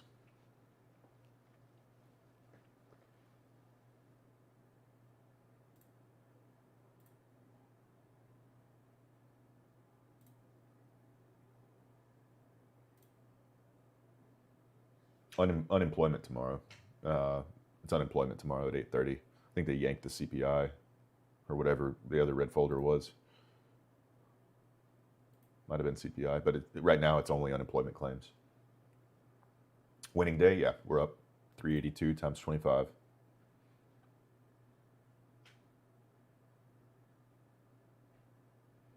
If you're using the same firm user, like if all your accounts are with one firm, then there's really no need for TradeSync unless you just want to make things simple so you don't have to continuously, if you're trading micros and you're trading like 3 or 4 micros per account and you got 5 or 6 accounts and you're trying to do math on the fly like that, for me, I'm not the best at doing that.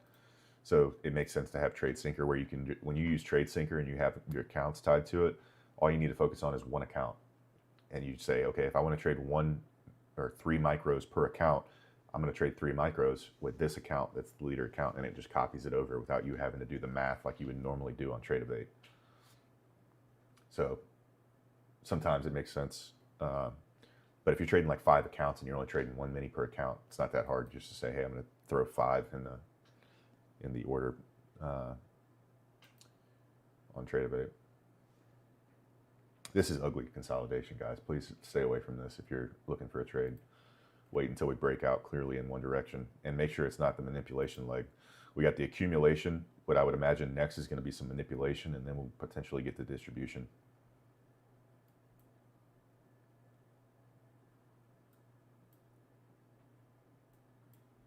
This is the 5-minute right here. This is the 5-minute.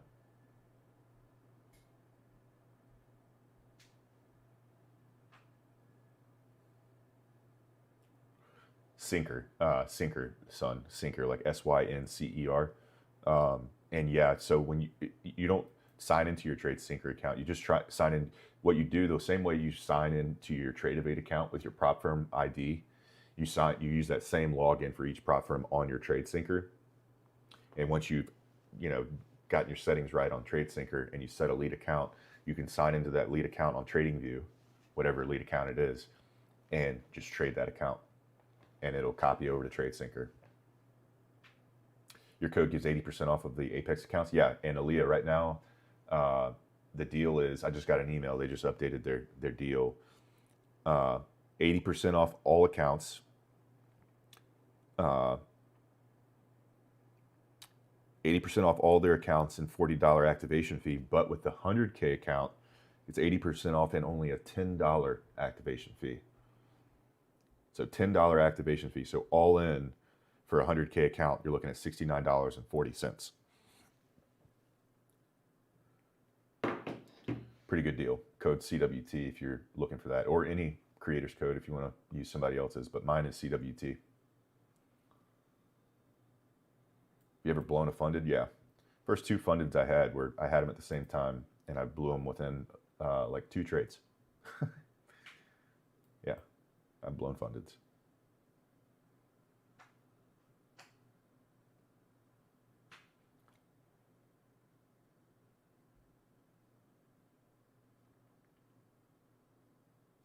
Yeah, I blew it on 2 trades, man. I was oversized. Psychology was super messed up. Yeah, this was a while ago though. Very inexperienced and undisciplined. Blew your funded yesterday, blew your funded today. Apex does pay out. If you follow the rules, they pay out. I can show you a couple of about $12,000 that just got approved for me.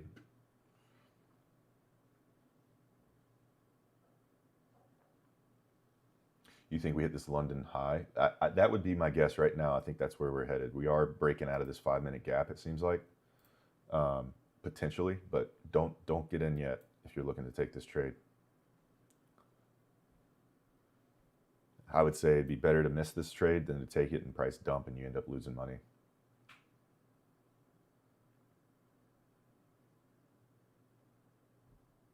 Why do some people say Apex doesn't pay? Because they don't follow rules, and then when they break rules and they get denied because of that, they act as if that's the firm's fault instead of their own for not reading the rules.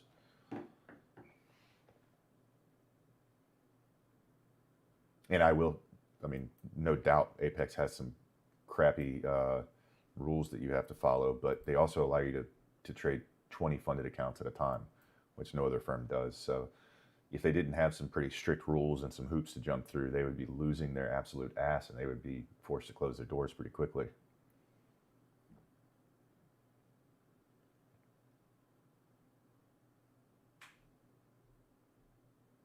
I have not heard about that, Aaliyah, no.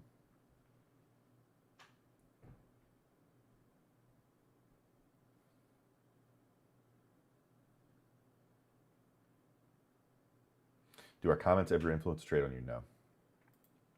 Nope. This is the indicator that marks the session highs and lows, pimp. So I use that. When you turn it on, it looks like this. And then I mark out the sessions accordingly. I use the Ray tool.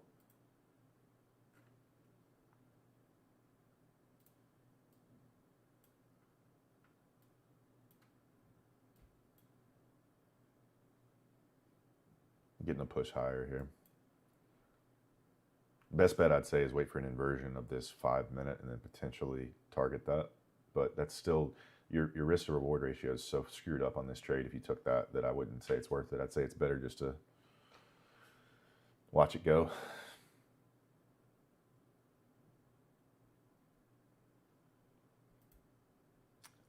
Yeah, I think a close above this level would be interesting, and then a pullback, and then a target of a different level. We'll see, though. I'm not seeing anything that really has me excited for anyone to take. Took a long at 24,670 on that pullback, straight to profit, up 1,500 per account. Dude, Nathan, that's awesome, man. Congrats. It's a solid day. What's up, Jay? How's it going, man? Do I have class today? I have class at 5. Very ugly. Very ugly. Class at 5. Yeah, I'm going to hang out with you guys.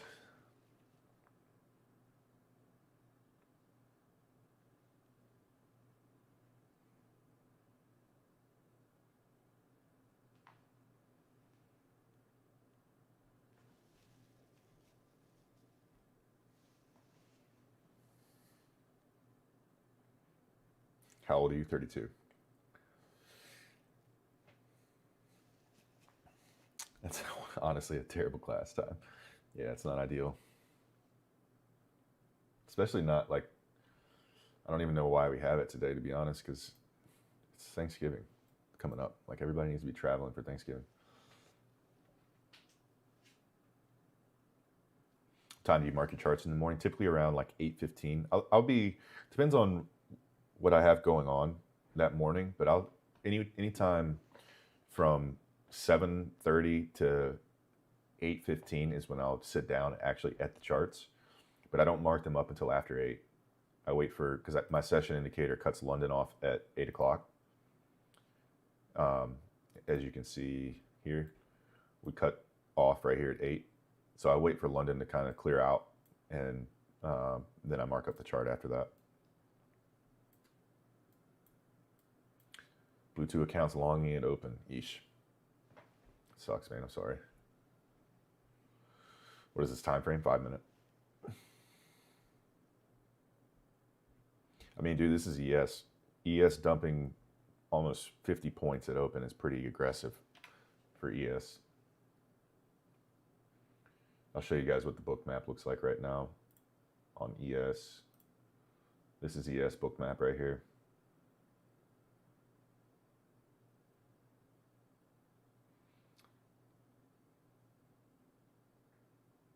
You look like Chris Bump said. That's not offensive to me at all, man. I appreciate that.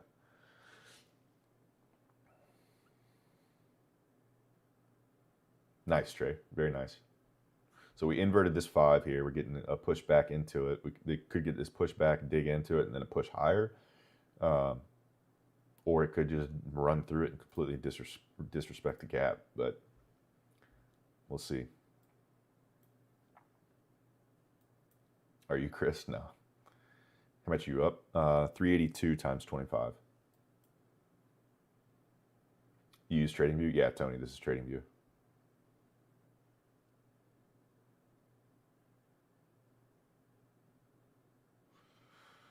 How many accounts can you copy trade on TradeSyncer? So it depends on the plan you have. I have the one right now that allows for 4 connections, meaning you can have 4 different prop firms, and then 20 accounts per connection. But they do have a plan that's unlimited, which is more expensive. Yeah, definitely lock yourself out, VC. He's a handsome boy. Appreciate that. Me or Chris? Appreciate it.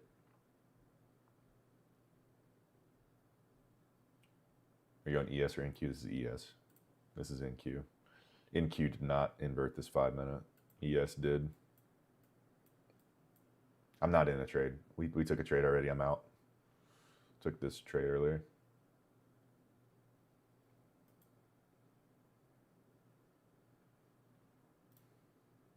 Bro just made a family's monthly income in like 15 seconds. Yeah, but it can easily be gone, dude, because I lost 15 grand yesterday in a very similar time frame. So I'm still down 6 grand for the week. Out for 1,400. There you go. How many trades a day do you take? 1, ideally.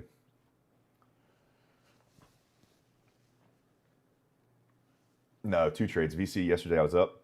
Dude, I was up a decent amount. I was up about the same amount that I'm up today. And I took a second trade, ended up losing it all, plus another 700 times 23. It was like 700, 750 times 23. 2 of my accounts locked in profit at $600. 2 of my Apex fundeds because of the settings I had. Got greedy, man, and I broke my rules of taking too many trades. So the market punish. If you break your rules and you get greedy, the market will punish you without question. You might get lucky 1 or 2 times, but eventually it's going to get its get back, and its get back is going to hurt.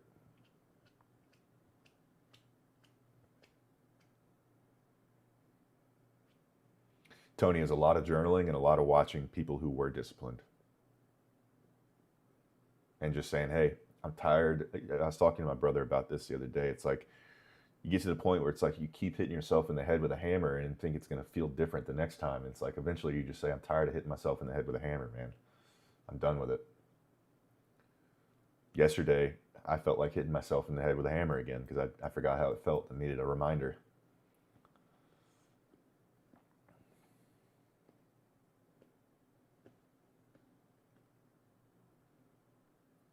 Have a good day, Chris. I'm just going to see how this PA is going. You might off the charts. There you go, man. Isaiah, it's good to see you, bro. Enjoy your break. Hope school's going well for you. Enjoy that break, though.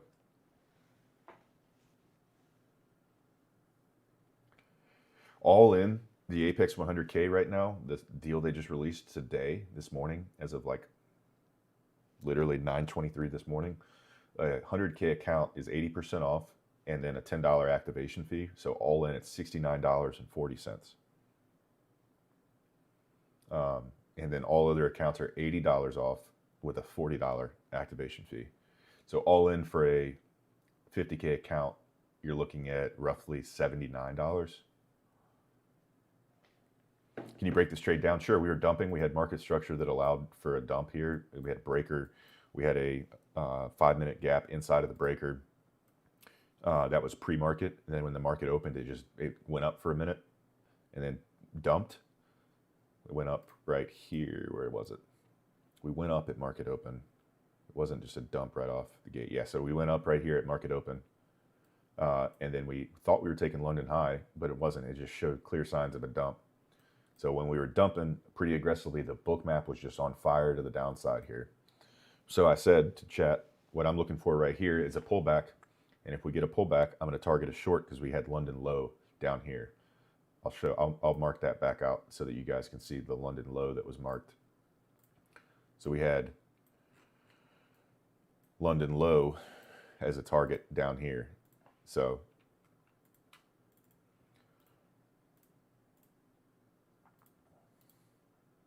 we had London low as that target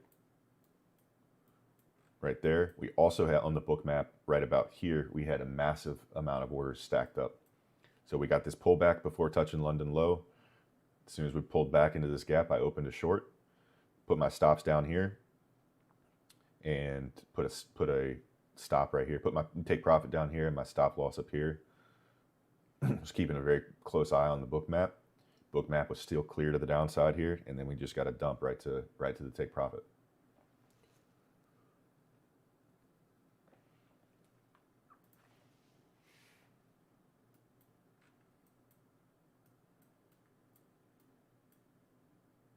Why do you use TradeSync? Apex allows it. Most firms allow copy trading, but if you're trading across multiple firms, Aaliyah, it's better than bouncing through tabs. It's also like if you're trading like more than one contract per account and you're sitting there trying to do the math middle of trading session, it's inconvenient, especially for somebody like me who's not good at doing that without writing it down.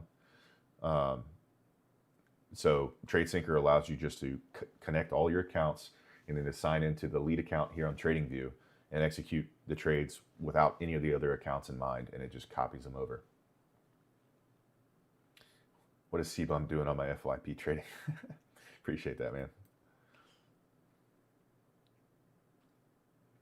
Appreciate that.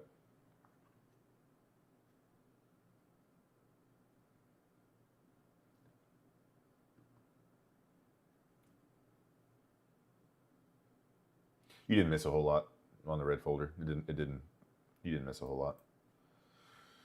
Isaiah. Has it failed before? Months and months and months ago, it glitched on me and did cause an issue. I've been using it now for 5 months. And within that 5-month period of daily use, I have not had an issue. Passed my TPT account yesterday. There you go, Nathaniel. That's awesome. What's your purpose? Because you take multiple payouts. So with Apex, you're limited to a 2K payout per account every 8 days. But if you have 20 accounts, you're taking out 40,000 every 8 days. If you TPT, Take Profit Trader, limits you to 5 accounts, but you can take out daily payouts. So like for instance, I had a $3,700 payout that just hit my account, and that was times 5. So if I'd only traded one account, I would only taken out $3,700. Instead, they take 20%, so it ended up being close to $3,000 per account. So instead of it being just $3,000, it was actually $15,000. So that's why you trade multiple accounts.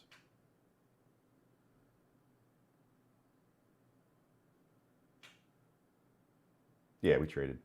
Took a little short right there. Book map trade, basically.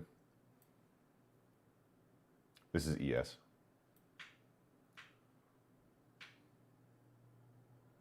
Yeah, Take Profit finally paid me after a week. Now I have 2 other payouts that are stacked up behind that. Hopefully they don't make me wait. And not risking your money, exactly, yeah. Yeah, you pay $60 or $100 for an account. If you blow that account, you're out $60 to $100.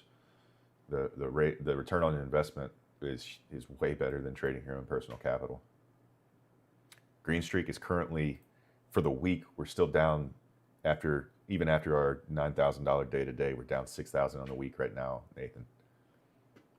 So I'm not too worried about it. I'm not focused on that. Just one trade at a time, one day at a time, man. For the month, we're up. We're still up pretty heavily, $99,000. $99,900 for the month.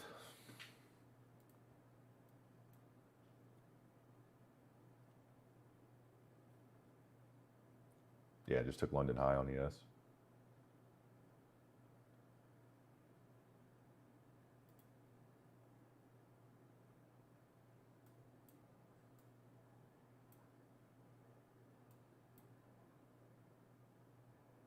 Yeah, Nathan, I broke some rules, man. I was up yesterday. I was up about 9,000 total.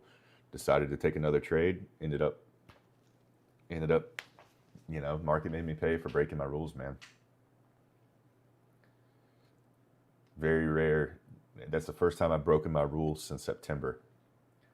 But, what's the definition of insanity? Trying the same thing over and over again, expecting different results. Oh, I definitely journaled it. Yeah, I definitely did.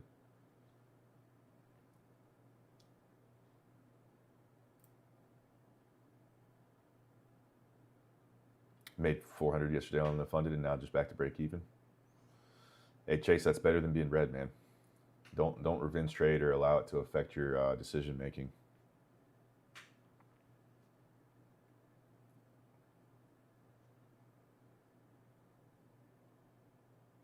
Bookmap is starting to light up a little more to the downside, but it cuts out at 37.35, so only about 3 points lower than where we are, right about to here. So could be a pullback for higher, or it could be a sign of creating some momentum for a reversal. I don't know. I'd be really careful taking a trade at this point. This is the 5-minute time frame.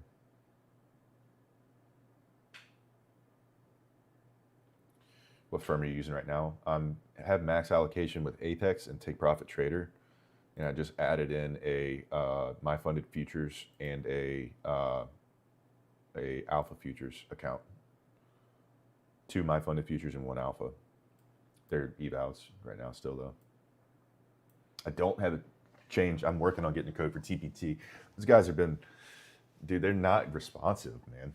I don't know what their deal is, but I have been working on, I've applied for a code with them, an affiliate code with them, and haven't heard anything back. And I've emailed them twice about it, and I haven't gotten any emails back. So I might, after I get off today, I might actually go to the live chat on their page and see if I can work something out with them on there. I'm sure that those agents that are responding on there don't control that though, but maybe they do. We'll see.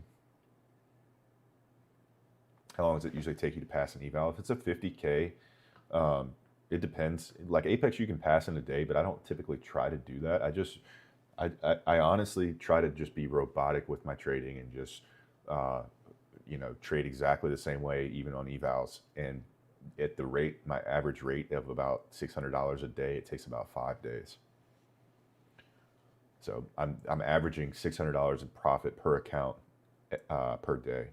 So at that rate, it takes about 5 days. It takes a lot longer for the 100K accounts, obviously. It takes double that.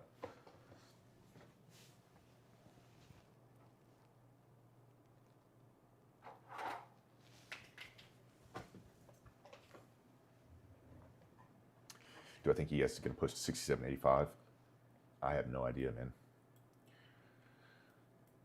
67.85, that you said? 67.85? Yeah, I mean, we got liquidity up here, stacked up, but there's no telling if that's where we want to go. Apex has no consistency rule. You could literally full port a trade right now and pass it. It's 8 days to get the payout, Nathaniel. So after you activate your funded, you have to wait 8 days of trading. You have to have 8 days of trading, and then you have to, of those 8 days, 5 days have to be of $50 profit or more.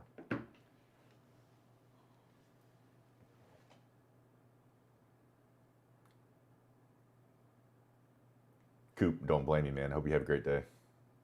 Randall, appreciate you being here, man. Hopefully it gets canceled, yeah. Gonna get my essay done and have a meeting in 10 minutes. Hey, hope it goes well. Good luck on the paper. I think it should be easy to get a code for Alpha Futures. I have a code, but it's not unique right now with Alpha Futures. So I'm working on getting a unique code with them. But also, I don't want to. I think it's kind of weird to have a code with a firm that I haven't taken a payout with. I haven't traded at alpha futures before, and I haven't taken a payout with my funded futures. I traded them when I first started, and then I switched to Top Step.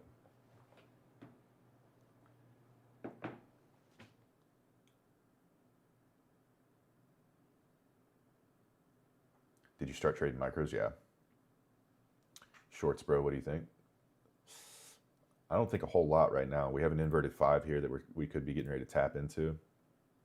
And that could be a move for a push higher. Or we could be looking for a dump here. I think this price action is a little bit dangerous to get involved with at this point. But if you see something that falls within your wheelhouse and follows your rules, I say take it. Just be careful. Don't oversize. I gotta use the restroom real quick though, so I'll be right back.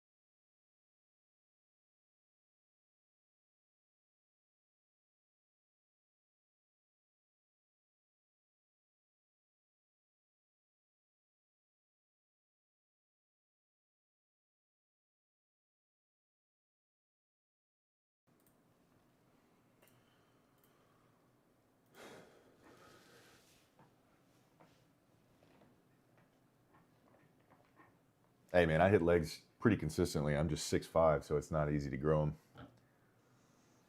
But I do have not very big legs. Appreciate the concern though, man. We are 3 showers away from 2027. Holy cow. Only 3?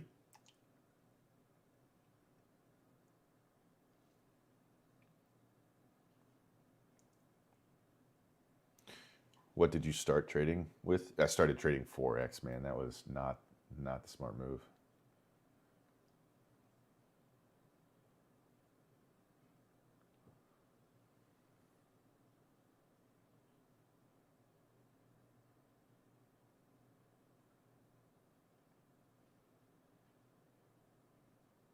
I've got 1 left for the year.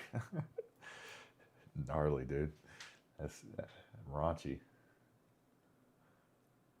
Yeah, started with Forex and got violated for sure. And I not just started with Forex, started with Forex and personal capital.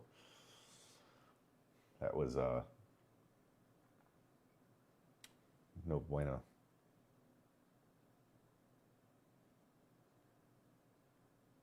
I use the unicorn mostly, but I incorporate heavily order flow, bookmap order flow.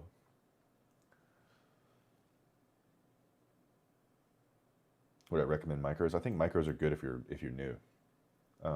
Definitely stick with micros. What's up, Jay? Yeah, I think so too, Coop. I got cooked.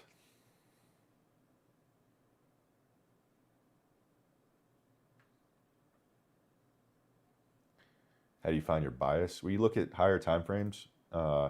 We go off of where our draws and liquidity are. We look for the higher time frame PD arrays, which is the larger gaps. Where we're delivering out of, what are we delivering into? We're delivering out of this 4-hour bullish gap. We are also in this bearish gap, so it's been wonky price action. How much did you lose on Forex? Too much, man. It's embarrassing to say. Too much.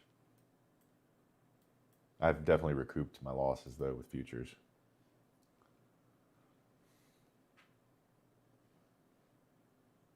How much do you risk on evals? I trade my evals right alongside my fundeds, man. I don't look to rush. I typically trade, and again, I've been doing this for a little while, so it's different than somebody who's new, but I typically trade 1 or 2 minis per trade. Typically one, if I see something that's just like, oh my gosh, perfect setup, perfect everything going on, I might throw a second one on there, maybe even a third. I'll add into the trade sometimes. But highly recommend sticking to micros if you're new.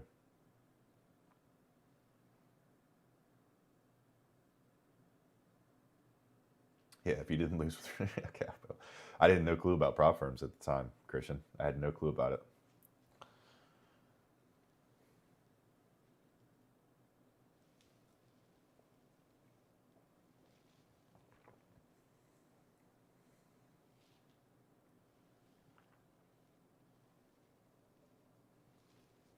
Sensei Luke, micros are 1/10 the size of a mini contract. So this chart right here, you can't see it because I can't pull the thing over enough, but if you're trading S&P 500, which is what this is, the ticker's ES.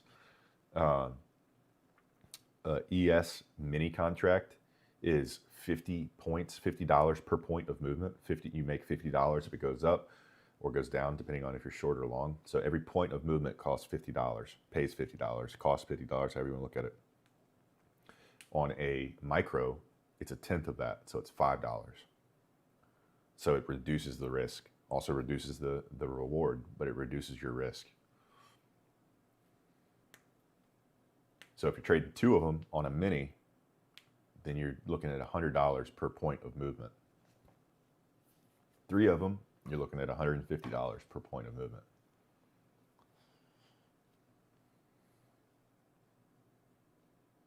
All right, Nathan, have a good one, man. Bookmap's a little indecisive here. It's kind of flashing in both directions, so it's unclear what it wants to do. I won't, man. I'm done trading. I appreciate you. You do the same. Yeah, I think you're on the right flip. I think you're on the right track. I think we could potentially be rejecting out of this 5 to go higher. Adriana, do you have Discord? ES Micros is MES, MES, and then we're on the Z contract. So MESZ 2025. If you're on the Discord, go to the prop firm tab.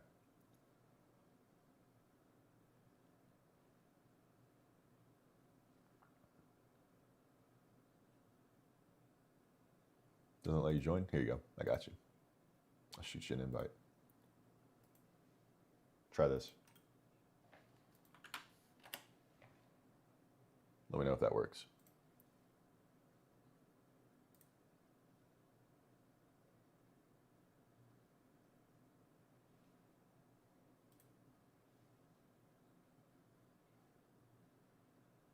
No, this is a 5-minute fair value gap.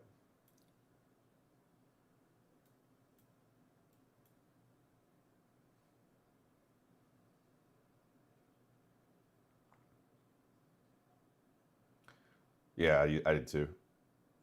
Yeah.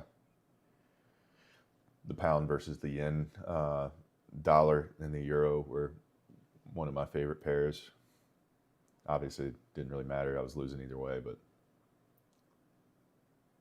there you go. Advice on first funded account: slow and steady, man. Just base hits. Let your base hits stack up. Don't try to hit home runs. Don't focus on the money. Just focus on a system that you have developed that's effective, that has solid risk management, and just stick with your rules. If you have rules, stick to them. If you don't have rules, create some rules.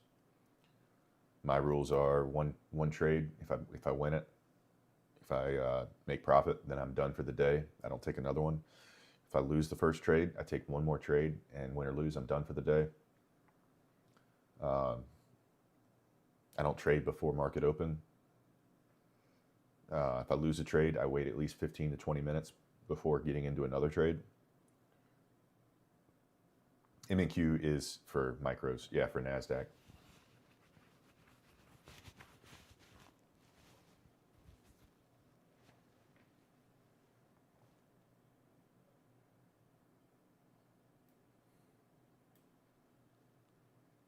Yeah, just make sure you have some rules that are effective in keeping your account safe. Haven't taken any trades this whole week. That's smart, man. That's smart. You know, if you don't see something within your wheelhouse, there's nothing wrong with just sitting back and not trading. Yeah, Sensei, no problem, man.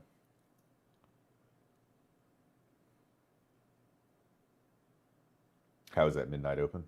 12 o'clock Eastern time. So if you look at the 1 hour chart and you look at, let me get rid of these gaps for you. This candle right here. You see at the bottom how it says 12 a.m.?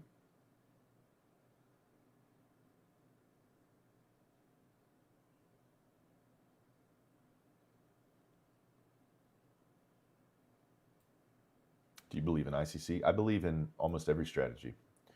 I don't think that those strategies specifically are what's going to make a person profitable or unprofitable. I think that you can be profitable with virtually any strategy. The question is, can you get a grip on your psychology and set some risk management rules that are gonna allow you to make more money than you lose? And for me personally, I'll show you my stats here. These are the stats that I think are the most important. If I can get it. So you see profit factor right there? Profit factor is basically for every dollar I lose, I'm making $2.81. And my win rate right now is 79.97%. I have 88% of my days are win days. This factor on the right side, I would like that to be inverted, but at the same time, because of my profit factor being so high, my win rate being so high, that number doesn't really hold as much water for me. And then since the beginning of October, that's the P&L on fundeds. So these metrics are right. Most important metric, in my opinion, is that profit target right there, or that profit factor. I think that is the profit factor is a reflection of your risk management, and that is the most important thing. So any strategy that you select can be effective. It's a question whether you can dial in a psychological system, a rules-based system that allows you to win. Your winning trades are typically bigger than your losing trades. And I know that said something different on the right side, but the profit factor says otherwise. So you use TPT? Yeah, I do. Yeah, NQ is different. That's NQ. NQ's midnight open is right there. So 24,936. Starting to dump here a little bit. Just consolidating, man. I don't like this. I don't like this. I would not recommend getting in on this. How often do you stream? Every weekday. This week it'll be different because of Thanksgiving. I'm not live tomorrow or Friday, but next week we're back at it every day.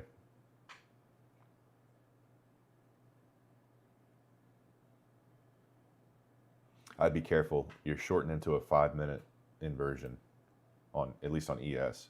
I think you are on NQ as well. Yeah, you're shorting into a 5-minute inversion here. So I'd be careful doing that. I'd be really careful taking that short. How do you make your candles look like this? Double click the candles and then you can change the colors. And that's the code for this blue. The other ones are just gray.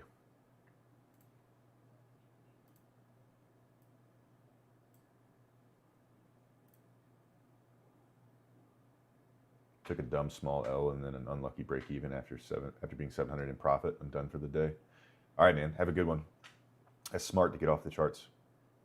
Appreciate you stopping by.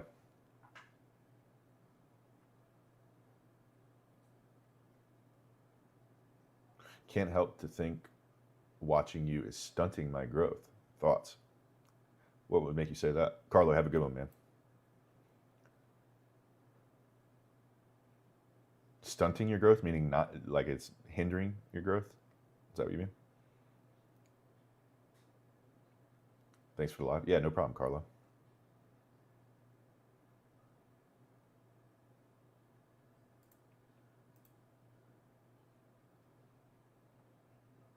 Yeah. When was the last time you blew a funded? September. September 20th or something around there. How much you make this month? 100,000 so far. Month isn't over, but 100,000. Well, I guess it is after today for me. I might trade tomorrow, but I'm not going to be live.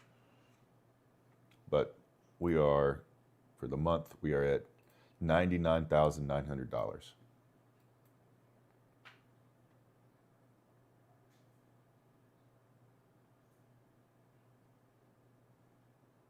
Yeah, Ishmael, we did. Took this short. Targeted the London low here. We looked for this pullback. Wanted to get a nice pullback into that range, and then we took it to London. There was actually a level lit up here on the book map, and we got out right there.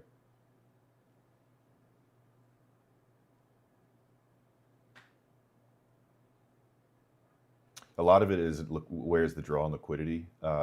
Is it Evelyn?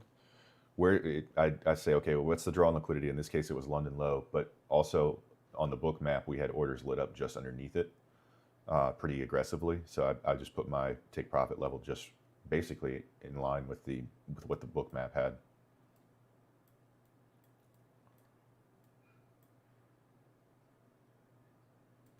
I wouldn't say full port, big R. I mean, trading a mini is pretty aggressive. So if you're trading a mini and you're looking for, or two minis and you're looking for 3 or 4 points, you usually, that's going to be, it's $100 per point with 2 or $50 per point with 1. So, I mean, that's not necessarily a full port, but my point was that I'm not looking for taking these big home runs. I'm just looking to get in and get out. I'm looking to just take some profit. I only need to take, like today we took $382. We times that by 25. We made $9,000. So I don't look to take these big home runs. I found that my success has been a lot more consistent with just trying to get in and get out on clear moves that are presenting themselves on book map. No, I'm done, Ishmael. I'm done for the day. One and done.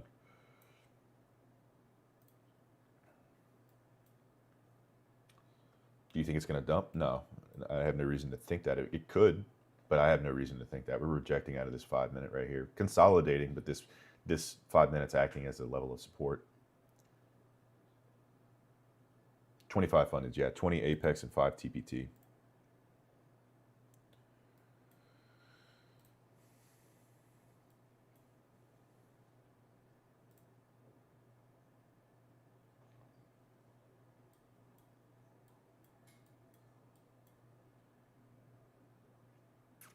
What's the win rate?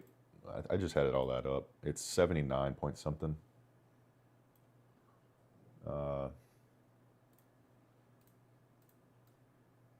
79.97.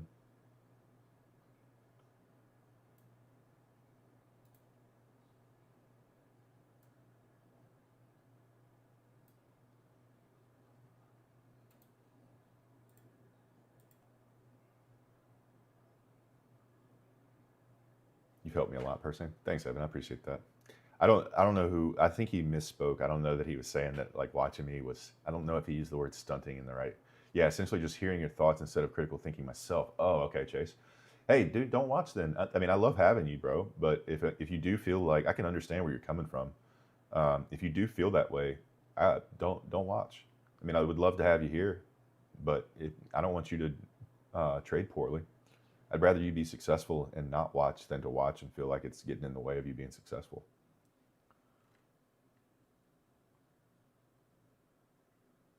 You should show the trade on the 1 minute.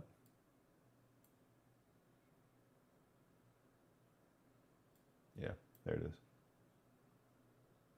Is Bookmap worth it? Without a doubt. It's the one tool that if you removed every other tool in the tool belt for trading, that's the one that I would want to have. If you said you can only have one tool, you can only have one indicator, one anything, Bookmap would be the thing. I think I could be a successful trader with just Bookmap.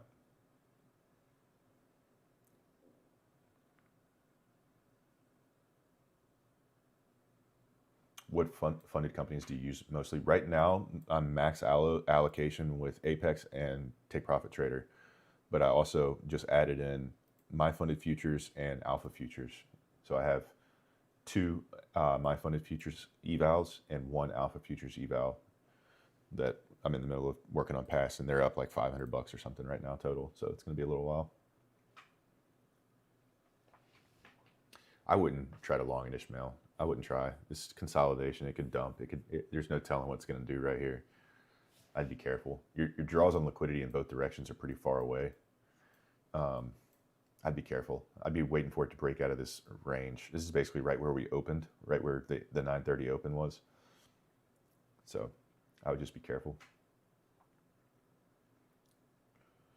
Alpha's very solid. Yeah, I've been hearing good things about them. This is my first account that I've had with them. So listening to your point of view while trading has helped me open my mind to other ways to trade.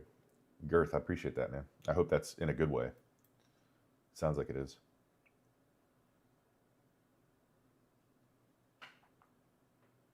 No, Chase, I understood exactly what you were saying, man. I didn't take it offensively at all. I know what you're saying. I have felt that way listening to other people too, that I like them personally and I like their thought process. But actually, I know what you mean when you're actually listening to somebody else analyze the charts. Sometimes it clouds your thinking and prevents you from being able to kind of make your own analysis. So I completely understand where you're coming from, bro.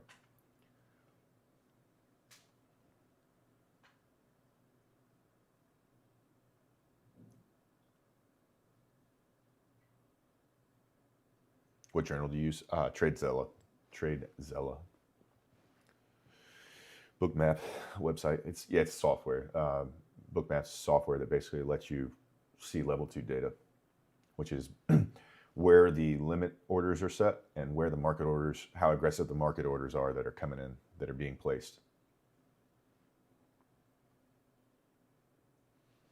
How do you know if there's sellers, buyers in Bookmap when there's like a red line on the heat map?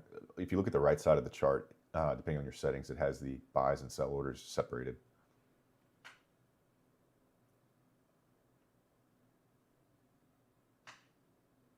Advice when I only have 200 of drawdown left on my funded. On your funded, 1 micro. A+ setups with 1 micro. And make sure you have some evals running also. He's the GOAT for real. MJ of day trading careers. Coop, appreciate that, man. Appreciate that, Coop, a lot. Appreciate you too, Evan. I won't be live tomorrow, Evan, but we'll be back. I'm going to be off for the rest of the week for Thanksgiving, spending time with family. But I'll be back on Monday, so we'll see you then. Appreciate you being here. Chris, you're famous. Adding the same idea of making all highs and lows and identifying them has helped me work this 2 week. There you go, Edward. Yeah, it definitely plays a big role, man. Where price is attracted to liquidity levels, and liquidity pulls up at those highs and those lows. So those are definitely areas of interest. You live somewhere else? Yeah, I'm on YouTube. Christian Trades Live.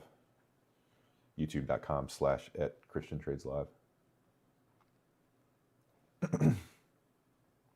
You use TradingView? Yeah, that's what this is right here. This is TradingView.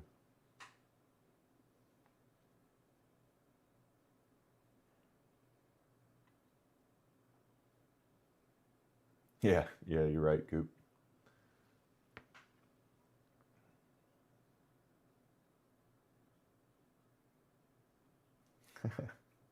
Appreciate that, Randall. Yeah, it's pretty cool.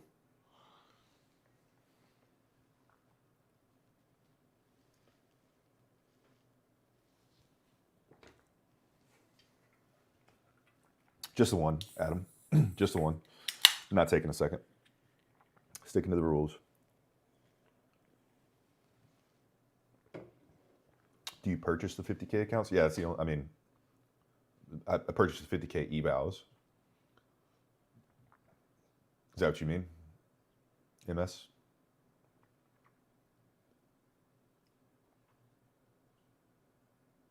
Yeah, I bought all my, every account that I had was an eval that got turned into a funded. I don't do any of that straight to funded stuff. I purchased all of them, but I didn't purchase them all 20 at once for Apex or with my 5 with TPT. What I did was with Apex, I bought one and then took that payout, bought a couple more, activated those, worked my way up to 5, then to 10, then to 15, and then 20. With Apex or with TPT, I did one account and then bought 3 or 2, bought 2, and then I bought 3. So I have 5 TPT totals and 20 Apex total, all funded.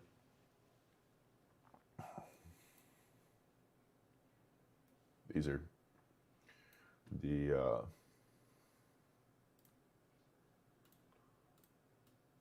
5 TPT accounts, TPT Pros, and then the Apex. 20 of these. So those are all my fundeds.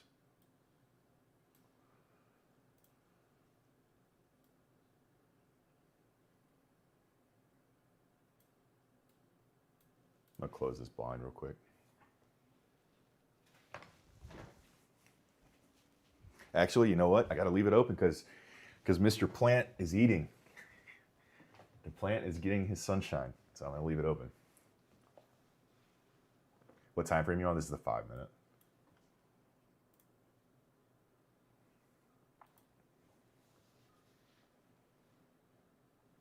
The TP or the Apex accounts are all 50Ks, and the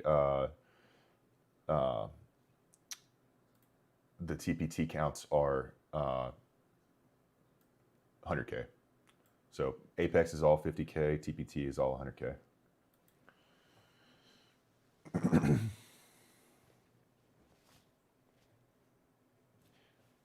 O'Day, I didn't see your first message. Is it better to trade with multiple? Oh, is it better to trade with multiple accounts with one contract? I like multiple accounts for the reason of the payouts. The reason is with Apex, with the first 6 payouts, you're limited to 2K per payout every 8 days. So if you're only trading one account, you're limited to 2,000 every 8 days, which obviously that's a nice amount of money. But what's an even nicer amount of money is if you're taking 2K every 8 days times 20 accounts. So you're taking 40K every 8 days. So that's the reason you want to kind of scale up and trade more accounts.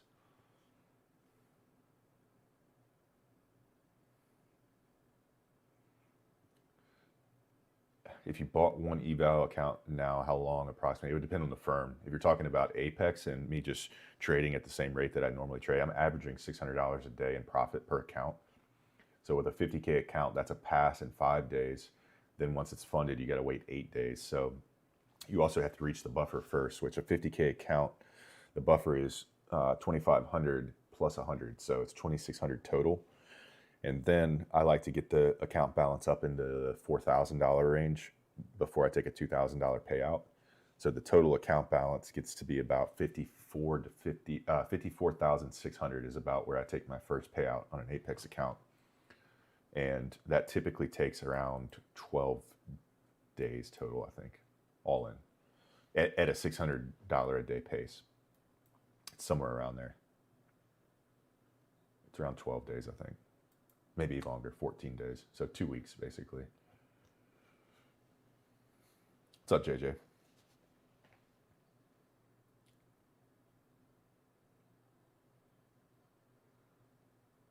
When should you consider a payout for your first funded? As soon as it's eligible, man. I think you need to get that first payout out of the way. Have they ever tried to make you trade live? Not yet. Not yet. I'm only on my 4th payout with these Apex accounts. So it'll be interesting to see if they do. Some of them are on the 4th. Some of them are on their 1st. I didn't pass them all at the same time, so that's why they're staggered.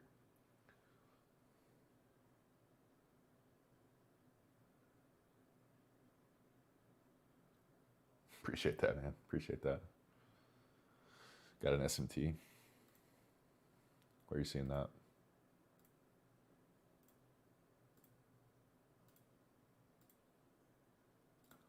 I'm not seeing the SMT.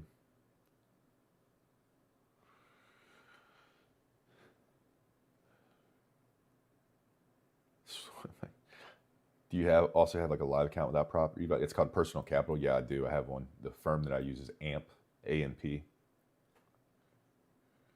Would you do it if they ever tried to move you to a live account, or would you rinse and repeat? I probably, with Apex, I would probably rinse and repeat just because of the how much leverage you have with 20 accounts.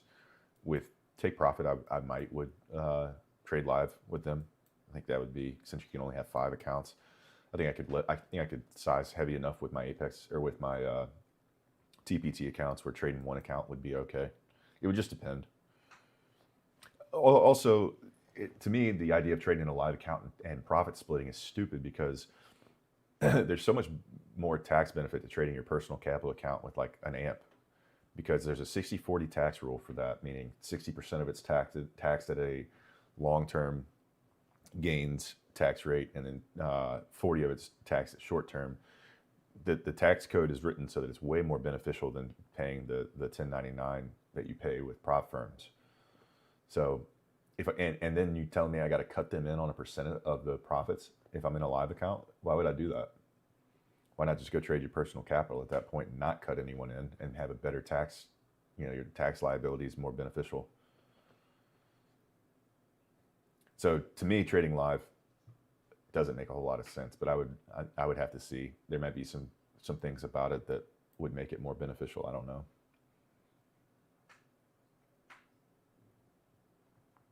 I'm worried about the drawdown upscaling. I guess I take my money out and it doesn't come down.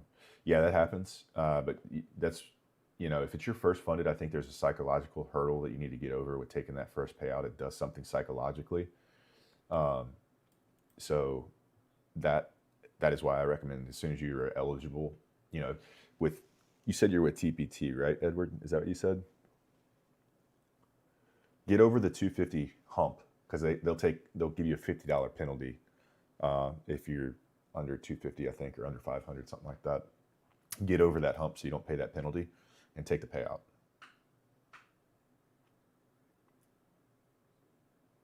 Do you trade on TradingView? Yeah, I do. And Trade Evade is where I like to execute because there's there's less of a lag, less slippage. Yeah, I did. Mark took it based off Bookmap.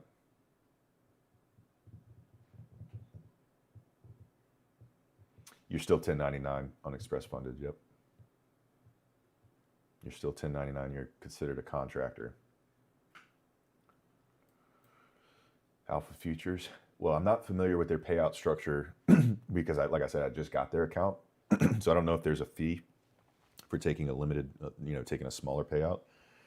But I would say, again, the same applies. Take it when you can. If there's a level that you have to reach without, before they'll, to make sure you don't take a $50 penalty or whatever it is, get to that level.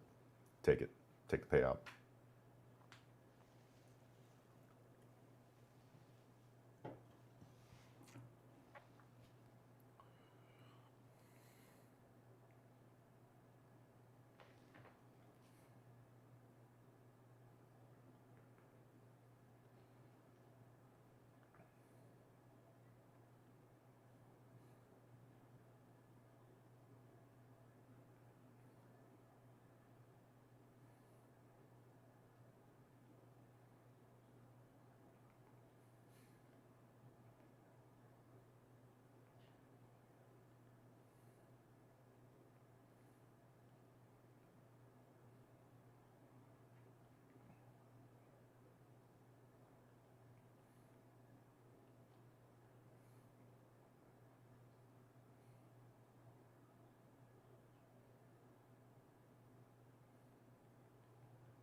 Sorry, text my family back real quick and my girlfriend.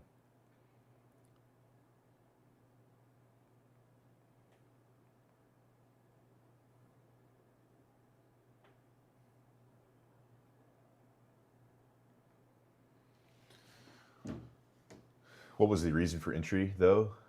buy side was not swept. You're talking about the London high right there. This is a little misleading. My entry was lower. That was the 5-minute chart. This was a very quick trade. So this is the 30-second chart, which is what I was using for this pullback. The whole reason we did not get in on this short to begin with was exactly what you're talking about. If you look at this is the 9:30 open right here. Before the open, we had from this move, I think right over here, we had a very good market structure short, but I had said I don't like this short yet because we hadn't taken London high. Well, then when market opened, we started pushing that direction. I was like, I think this is going to take London high. We clearly reversed here. And as we were reversing, I was like, this is definitely headed now for London low. If we'd looked at NQ had taken London low right here and was still aggressively moving to the downside, especially based on what we were seeing on the book map. So what I called out to the chat was, hey, I'm looking for a pullback right here into a key level or into a zone that I'm interested in, which is what this was on the book map. And then I'm going to open a short targeting this London low. And we actually had some orders heavily stacked up below the London low. So we pulled back into this range. I opened a short, put my take profit level just below the London low, pretty much exactly in line with the book map. Had my stops above, I think it was the second 30-second candle up here. So it would have been like a 1-minute candle. And price just immediately went to the level we were targeting. So that was the whole reason for the trade.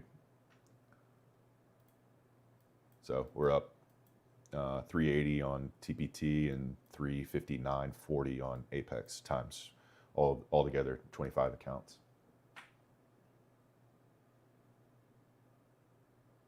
Can you explain to me, please, if you have had some experience and started to trade now, what setups? I'm a little confused by the wording there, man. Sorry about that. What setups am I looking for?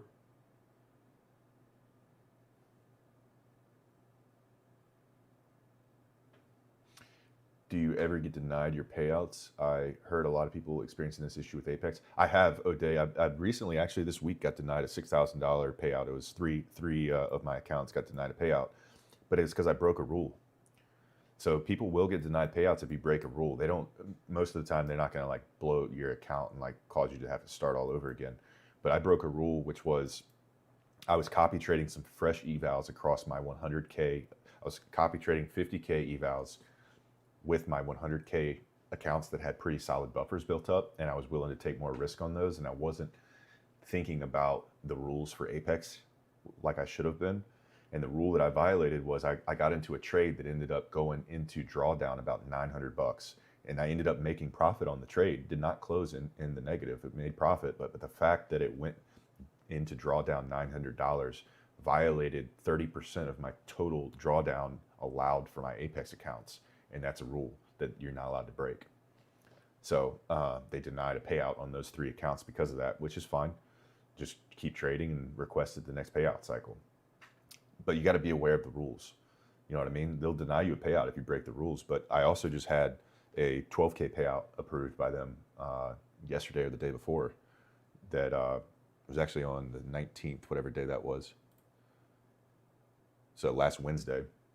And I'm waiting for that to hit my account now. So it's, it's one of those deals where, yeah, there's a lot of silly little rules that they have, but they also allow you to scale up to 20 funded accounts, man. So they set these rules because if they didn't have strict rules and all this little tedious crap, people would be consistently taking very, very large payouts with them, and they'd eventually go under. They wouldn't be able to, it's not sustainable. So that's why you also spread your risk across multiple different prop firms, because if you're actually relying on this stuff to pay your bills, which I am, you still have your TPT accounts that are paying out, and now I'm going to have my funded futures and alpha. So you'll have, for me, I'll have 4 different firms that I'm taking payouts from. So if you run into some issues, there's other income there to take up the slack. Mike, no, I'm not taking another trade. No, one and done for the day. Exactly, a little continuation there on the 30-second.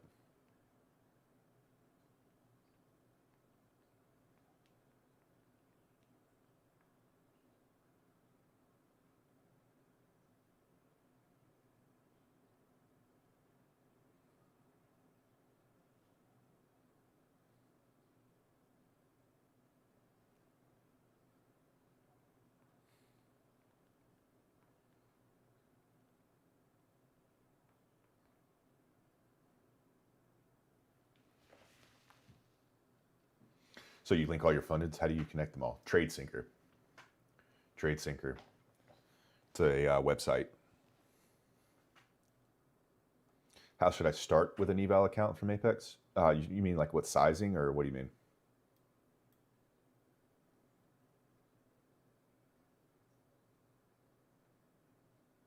Professional painter?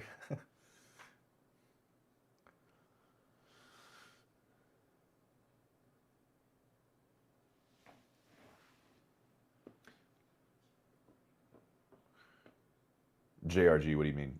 Yeah, I connect all of those with TradeSyncer. I pay for the plan that is let me see what level it's called.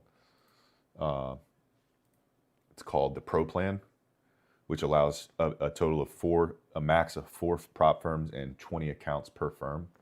They have a plan above that called the Flex plan that has unlimited firms and 120 accounts per firm. Obviously, that's overkill with 120 accounts, but eventually, if I were to also branch out of my funded futures and alpha, I would have TPT, Apex, my funded futures, and alpha. And if I got any more, I'd need to upgrade the plan, but that's how it works. Prop firms don't just give you the capability to trade minis. They do, but if you're trading across multiple firms, you have to be jumping to tab to tab to tab to each different firm, and that can get complicated and cause you to have big issues. You can leave trades open or leave limit orders on the chart. With TradeSyncer, with all these accounts connected, I can literally hit the button that says flatten all, which would close all my trades that I'm in, and then cancel all orders, which would close any limit orders that I have set on all of the different accounts. And if you don't close one of the orders, it tells you, hey, you have an order open with this account on this instrument. So it's really a really solid thing to have.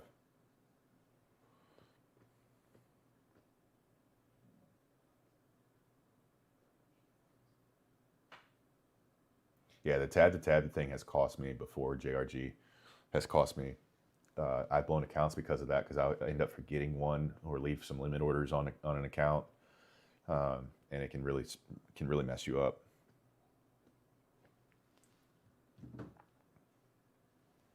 Do you look at companies' financials? I do, but that's not really this kind of trading, Glav. If we were trading individual stocks, that would be what we would do. But this is NASDAQ and ES futures, so one specific company really doesn't have a tremendous amount of effect. There are, like, I have the Magnificent Seven here, which is Google, Amazon, Apple, Meta, Microsoft, Nvidia, Tesla, all of those. And this does represent kind of what ES will do, but really, it doesn't really have a whole lot of dictation over the way we trade. Do you have an LLC for payouts? How does that work if you do? Yeah, you do. Yeah, I do. How many trades do you take per day? 1. Ideally 1. If I lose the 1, then I'll take 1 more. Win or lose, I'm out.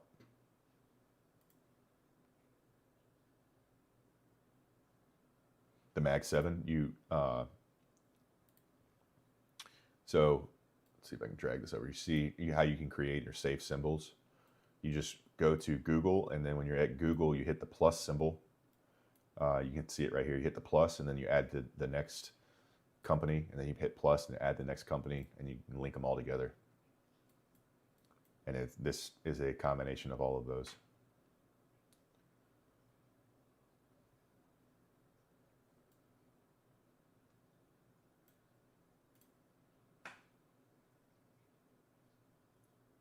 Do you link TradeSyncer to TradingView to execute the trades? So the way that it works is you sign into your prop firm accounts on TradeSyncer, right? The same way you sign in on like a Tradevate or even on TradingView. You sign in the same way. You use the login credentials for that firm. You select the accounts that you want to have active. Then you select a leader account. Then you come to TradingView and you can sign into that leader account, and you can just execute the trades right here with that leader account as if you're only trading that account. And it's going to copy it over to TradeSyncer to all your other accounts. So whatever you do with this leader account, it's going to replicate across all those other accounts. You take a trade for 1 mini, it's going to open up 1 mini on all those other accounts. You close 1 mini, it's going to close all those other accounts. You set a limit order or a buy, a stop order, it's going to do the same thing. So it can be very powerful in both a good way and a bad way.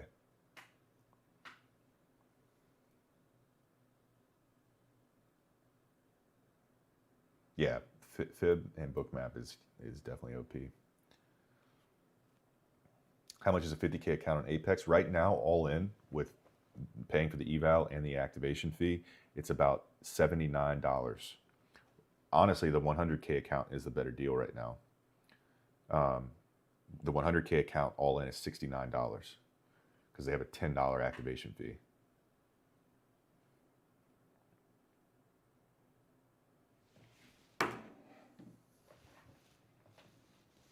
What do I think, long or short now? I'm not looking for a trade here, man. I would say the market is indicating it wants to go higher, but you know, I wouldn't get too crazy.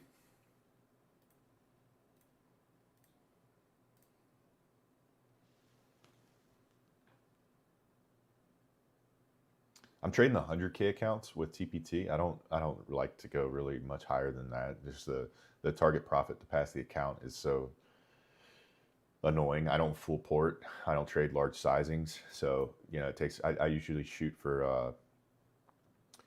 about 600 in profit. My average is $600 in profit per account per day. So if you're trading like a 150K account, that would take a long time to pass. It already takes long enough with a $6,000 target profit on TPT. Would you ever think to switch to a live account? Haley, we were talking about that earlier. I don't see the need for it when you can trade personal capital, because trading personal capital, when you're trading futures with personal capital, there's a 60-40 tax rule for that. And you're not having to split the profits with anybody. If you're in a live account, you're splitting the profits with the prop firm, and then you're taxed at a 1099 as a 1099, which that's not beneficial. None of that is beneficial. So it doesn't make any sense. You're reduced to you've reduced your leverage. You don't have the more advantageous tax liability, and you're splitting profits. So it doesn't make a whole lot of sense. Do you continue to pay monthly subscription with Apex? No, you don't. It cancels the eval monthly subscription, and the activation fee, you choose the lifetime activation fee. That's the one you want, and it's a one-time fee. So it'd be, for any size account, it would be $40, and specifically the 100K account right now is $10.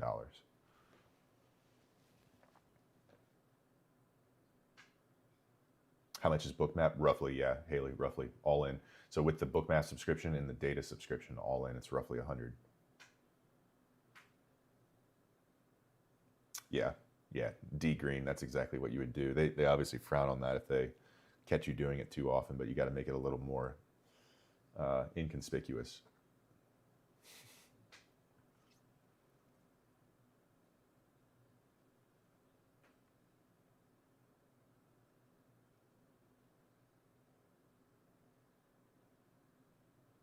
Yep, daddy. That's exactly all you're risking on that 100K account is whatever you paid for the eval. So that's how prop firms work. If you buy an account, whatever size, you're only, if you blow the account, all you're out is whatever you paid for the eval. Same with, even if you pass the eval and you go to funded and you pay the activation fee, let's say it's with Apex with the 100K account, you're still only out the $69. So the risk to reward, or the return on your investment, is huge. Because most people don't pass evals. They're constantly full porting and blowing accounts, blowing fundeds, paying that fee over and over and over and over and over again. If you go look at the statistics, Daddy, I think Top Step put out their stats for 2024. Out of 100,000 people, somebody put the stats in the chat, because I'm going to misquote them if I do. But it was something like 10% ever passed an eval out of 100,000 people, and of those in that 10%, only 3% ever took a payout. So if you do the math on it, it was something like 0.3% of 100,000 ever took money, got a payout from the firm. Those numbers might be off, but it's around those. So that just goes to show you the majority of people don't pass evals, and they especially don't take payouts. So they're just constantly paying for evaluations that they're not passing, and that's how the firms are making money.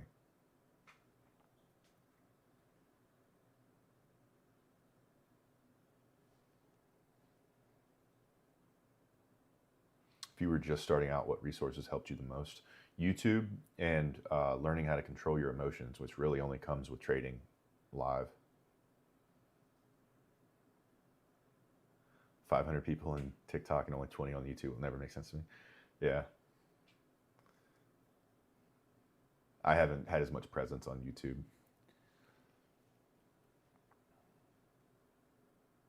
I don't use pronoun soup.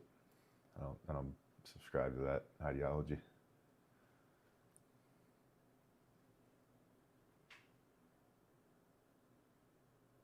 Wonder how many of those were full port evals and stats. A lot of people just full port. Sure. Yeah, call me whatever you want there, soup.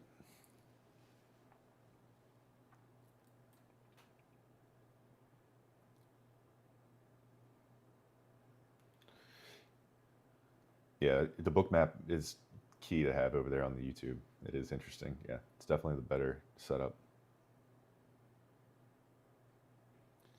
Can you make your mic louder? I think it's as loud as I can make it right now, dude. I can try. Let me see. Let's see. Can you make your mic louder? Boom, boom, mic check. No, I think that's as loud as it'll go.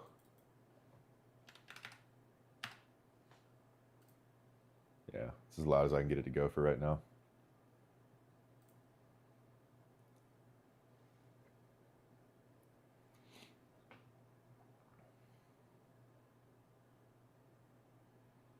I'm glad you saw that, Green. I'm glad you saw that, man.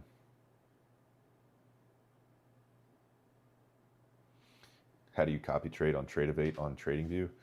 I don't think you can copy trade from TradingView, but you can copy trade on Tradeovate. If you're on the same firm, you have multiple accounts at the same firm, you click at the top where your account name is, and you hit on Manage Groups, and then you hit the plus symbol to create a group, and then you drag the accounts to that group that you want to trade.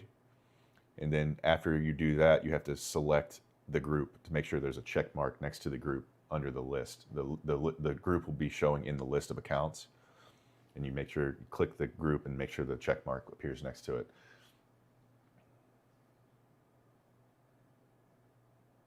I appreciate how you keep a very respectful language. I can safely watch you with my son. I appreciate that, man. I tried. I'm not going to lie to you. I slip up sometimes, so I apologize for that. What's up, dude?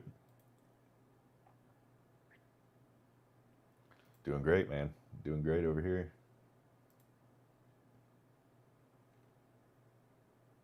I have you at quarter volume on YouTube stream. Yeah, appreciate that, Coop. Appreciate that, man.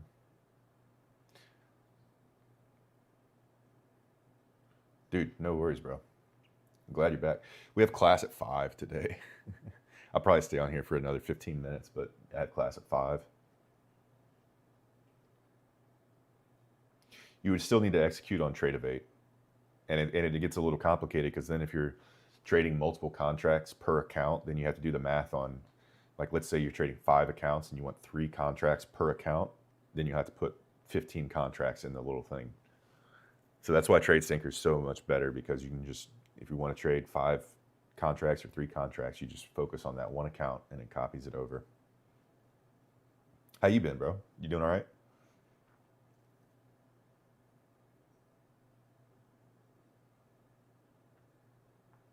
Where did you learn how to read Bookmap? A lot of it just came from watching it, man. Just spending a lot of time sitting here studying the way that it looks in relation to the TradingView chart.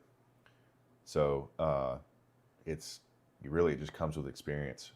There's some videos on YouTube that'll help you with your settings and things like that, and kind of breaks down a little bit of what to look for. But I haven't found any sort of all-encompassing video that really helps you. It's one of those things where it's just, you got to do it. You got to learn. Don't even be worried about taking a trade. Just study the charts and how they move. Did you learn from PJ? Yeah, I learned a lot of psychology from PJ, yeah.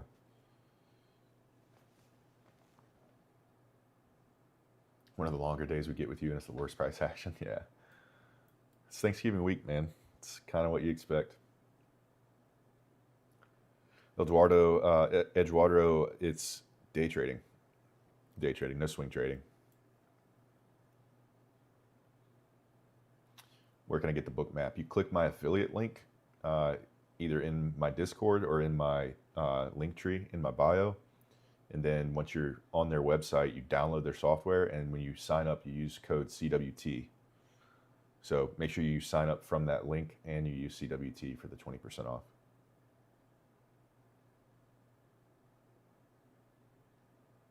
Daddy, yeah, I definitely do recommend at least starting with trading with prop firms before you move to personal capital, especially that large of an account. I have a family member who's doing this also, and they'll tell you that they've done the personal capital route and they now are doing the prop firm account, just because you will, I mean, unless you're just an absolute savant for some reason, man, everyone's going to get their teeth kicked in a bit with this stuff for a little while. And it's better to get your teeth kicked in on a prop firm account than it is with your personal capital. So that's my thinking. You do what you want, but I don't know what your finances look like, but I think having $250,000 at risk for anyone, regardless of your financial status, that's still a lot of money. So I'd keep that $250 on in the account if you want and trade it later. But if you've been taking consistent payouts for 9 to 12 months with prop firms, then switch over to that $250 to that personal capital account and start milking it.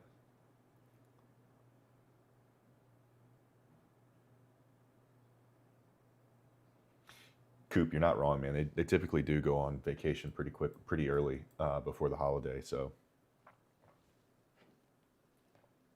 5-minute time frame. This is a 5-minute.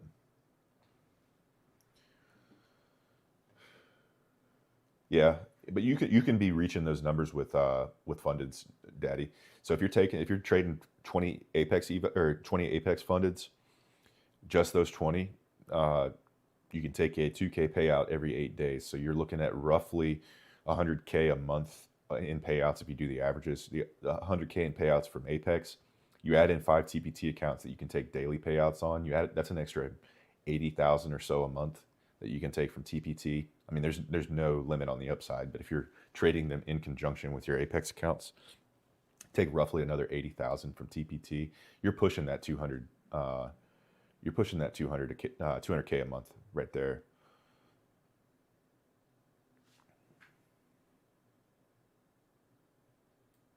But and your risk is way lower. You know what I mean? Your risk is way lower. So you do what you want, but that's kind of how I look at it.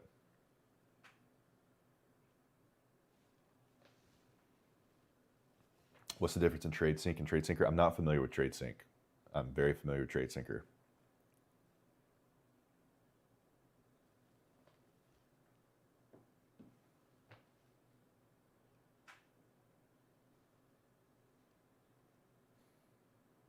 Yeah, that's who I'm fully funded with, fully allocated with right now. Shredded. I like them.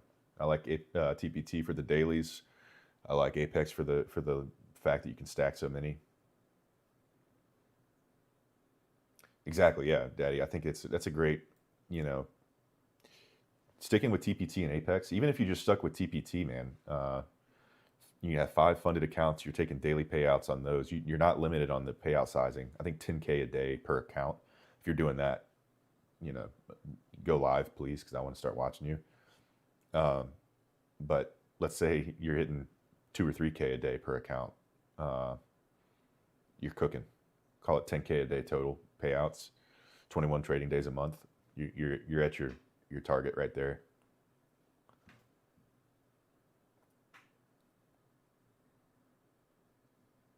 Rinse the prop firms as long as you can. Yeah, I agree.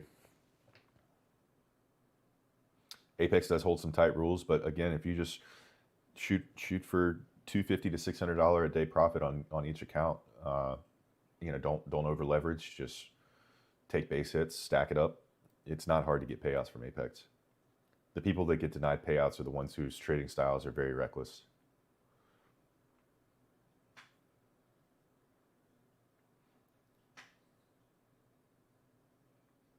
There you go, Angel. That's awesome, dude. That's a lot of money. How do you get to the point when you can get daily payouts? You pass the eval and you reach the buffer, and then everything above that, everything above the buffer, you can take on a daily basis. I have a 3K buffer required on mine. The buffer is equal to whatever your drawdown is. So that's based on your account size. So I have the 100K accounts. The buffer is 3K. Once you get over that, you can take daily payouts. How much should you save for taxes? About 40%. Price in about 40% for taxes. That state, federal, local.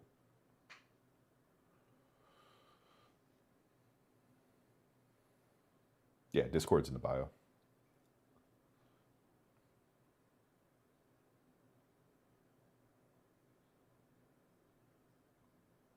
Yeah, I mean, if you can stack even an extra 50 on top, Daddy, that's that's fun. That's the stack a couple fun coupons there. Just you're playing around money, man. How you learn all this and be honest? Why would I be anything but honest? I'm not selling you anything.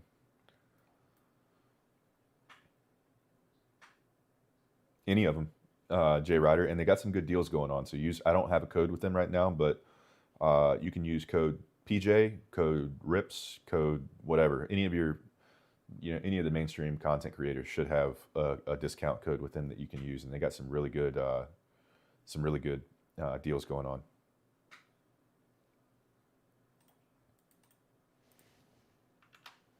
Discord's right there, bro. Crypto. I just put it. If it's not there in the bio, just put it there in the. Appreciate that, Daddy. Yeah, drop a subscription on YouTube if you don't mind. I appreciate that. I'm gonna be putting more content on there.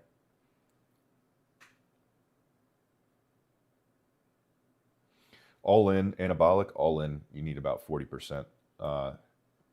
It's about 30 for federal. I mean, it depends on how much you're making, but the tax bracket that I'm talking about, you're looking at about 30% federal, and then once you add state and local taxes, it's typically another 10% on top of that.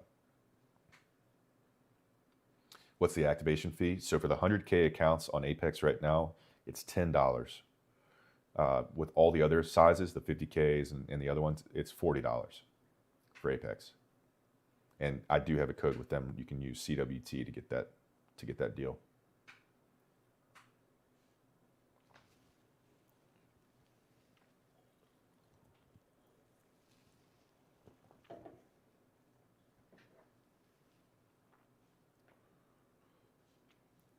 Mads, we use order flow, and we set up market structure. We read market structure based on ICT principles, but rely very heavily on order flow from the bookmap level 2 data.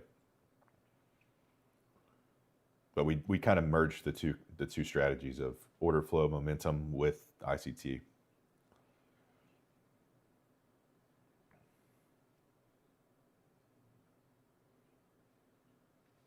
Do I think it'll reverse at 5 minute? What you mean?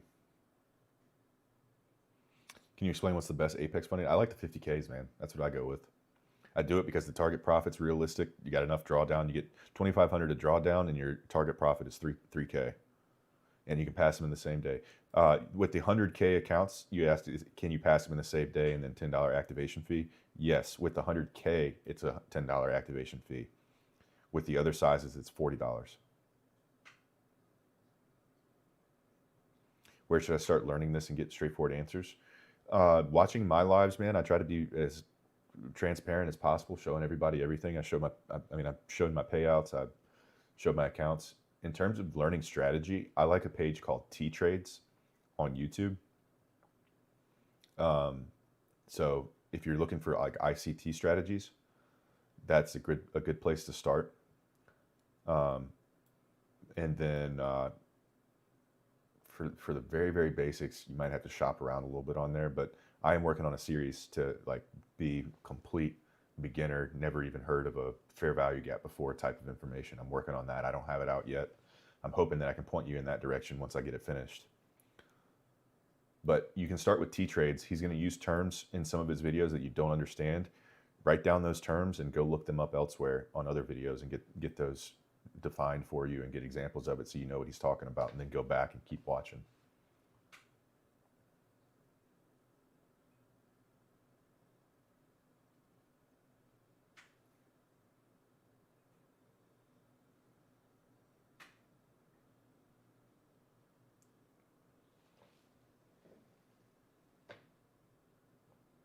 Can I explain a breaker? Yeah.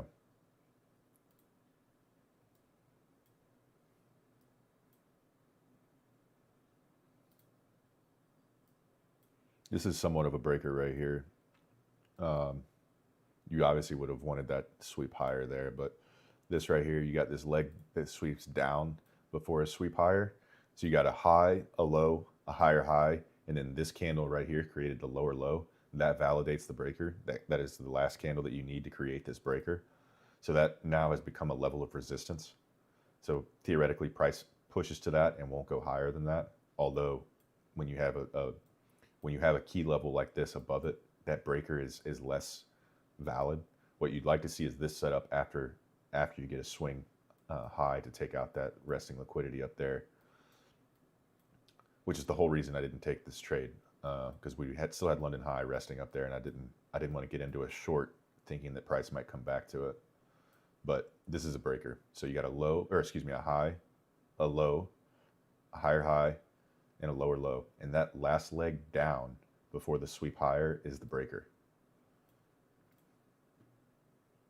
No class. Class at 5. No 12 p.m. class, no.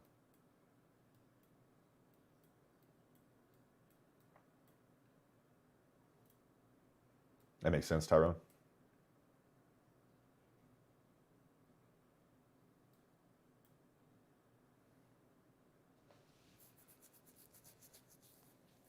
Colors are fire. Appreciate that, man. T-Trades explains it exactly like that, man. That's why I like T-Trades.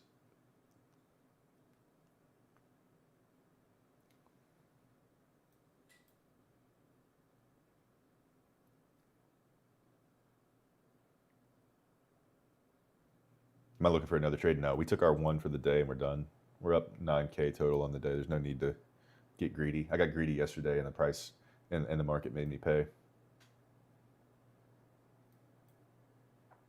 I think we keep pushing. I mean, we're getting ready to come up on some gaps here. I think we're in this daily inversion. We got this daily inversion above us here. So it'd be interesting once we reach this level right here, 66.72, 67.72.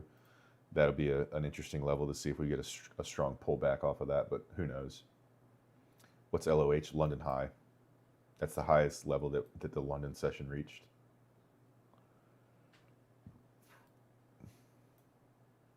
NQ going to take those highs? Yeah, I think NQ could. We're pushing hard on NQ.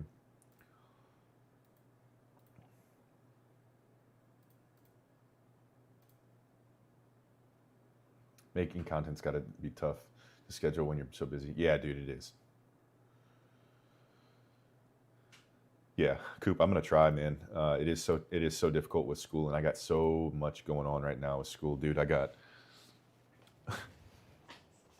this is my to-do list over the next couple days while Thanksgiving break is going on, and this is like not just little things. It's a lot of reading, a lot of projects. So, like, even if I get a break from school, like actual class, I still have a ton of stuff to do. We're done on the 12th, though. December 12th is my last day, so hopefully I get a little break where I can make some stuff over Christmas.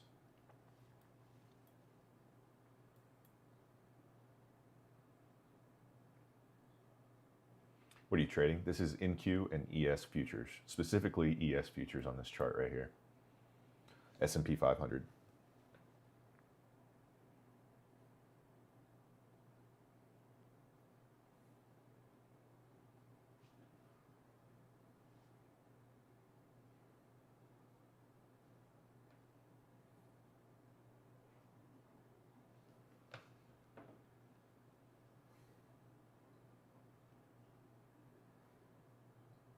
Yeah, you could get that.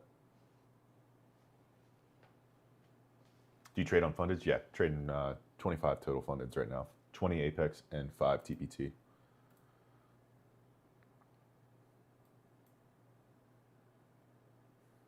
Bookmap has price has some orders down to 67.42, which would be back in this 5-minute area. Or is that a 5-minute? That's a 5-minute. Yeah, it's in this area, and then price higher. 200 orders is getting ready to take right now at 67.59. 1. Boom, just picked them up.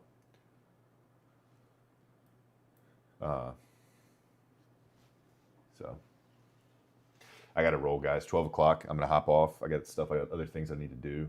Are you graduating this year? I'm graduating in 27.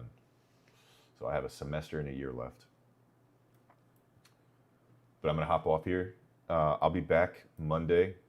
Won't be live tomorrow. Won't be live on Friday. Be back Monday. I'm taking the rest of the week off for Thanksgiving.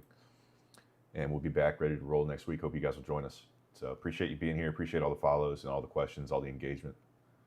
You guys are awesome. Have a great Thanksgiving. Be safe. Be blessed. And we'll see you next week. Appreciate you guys.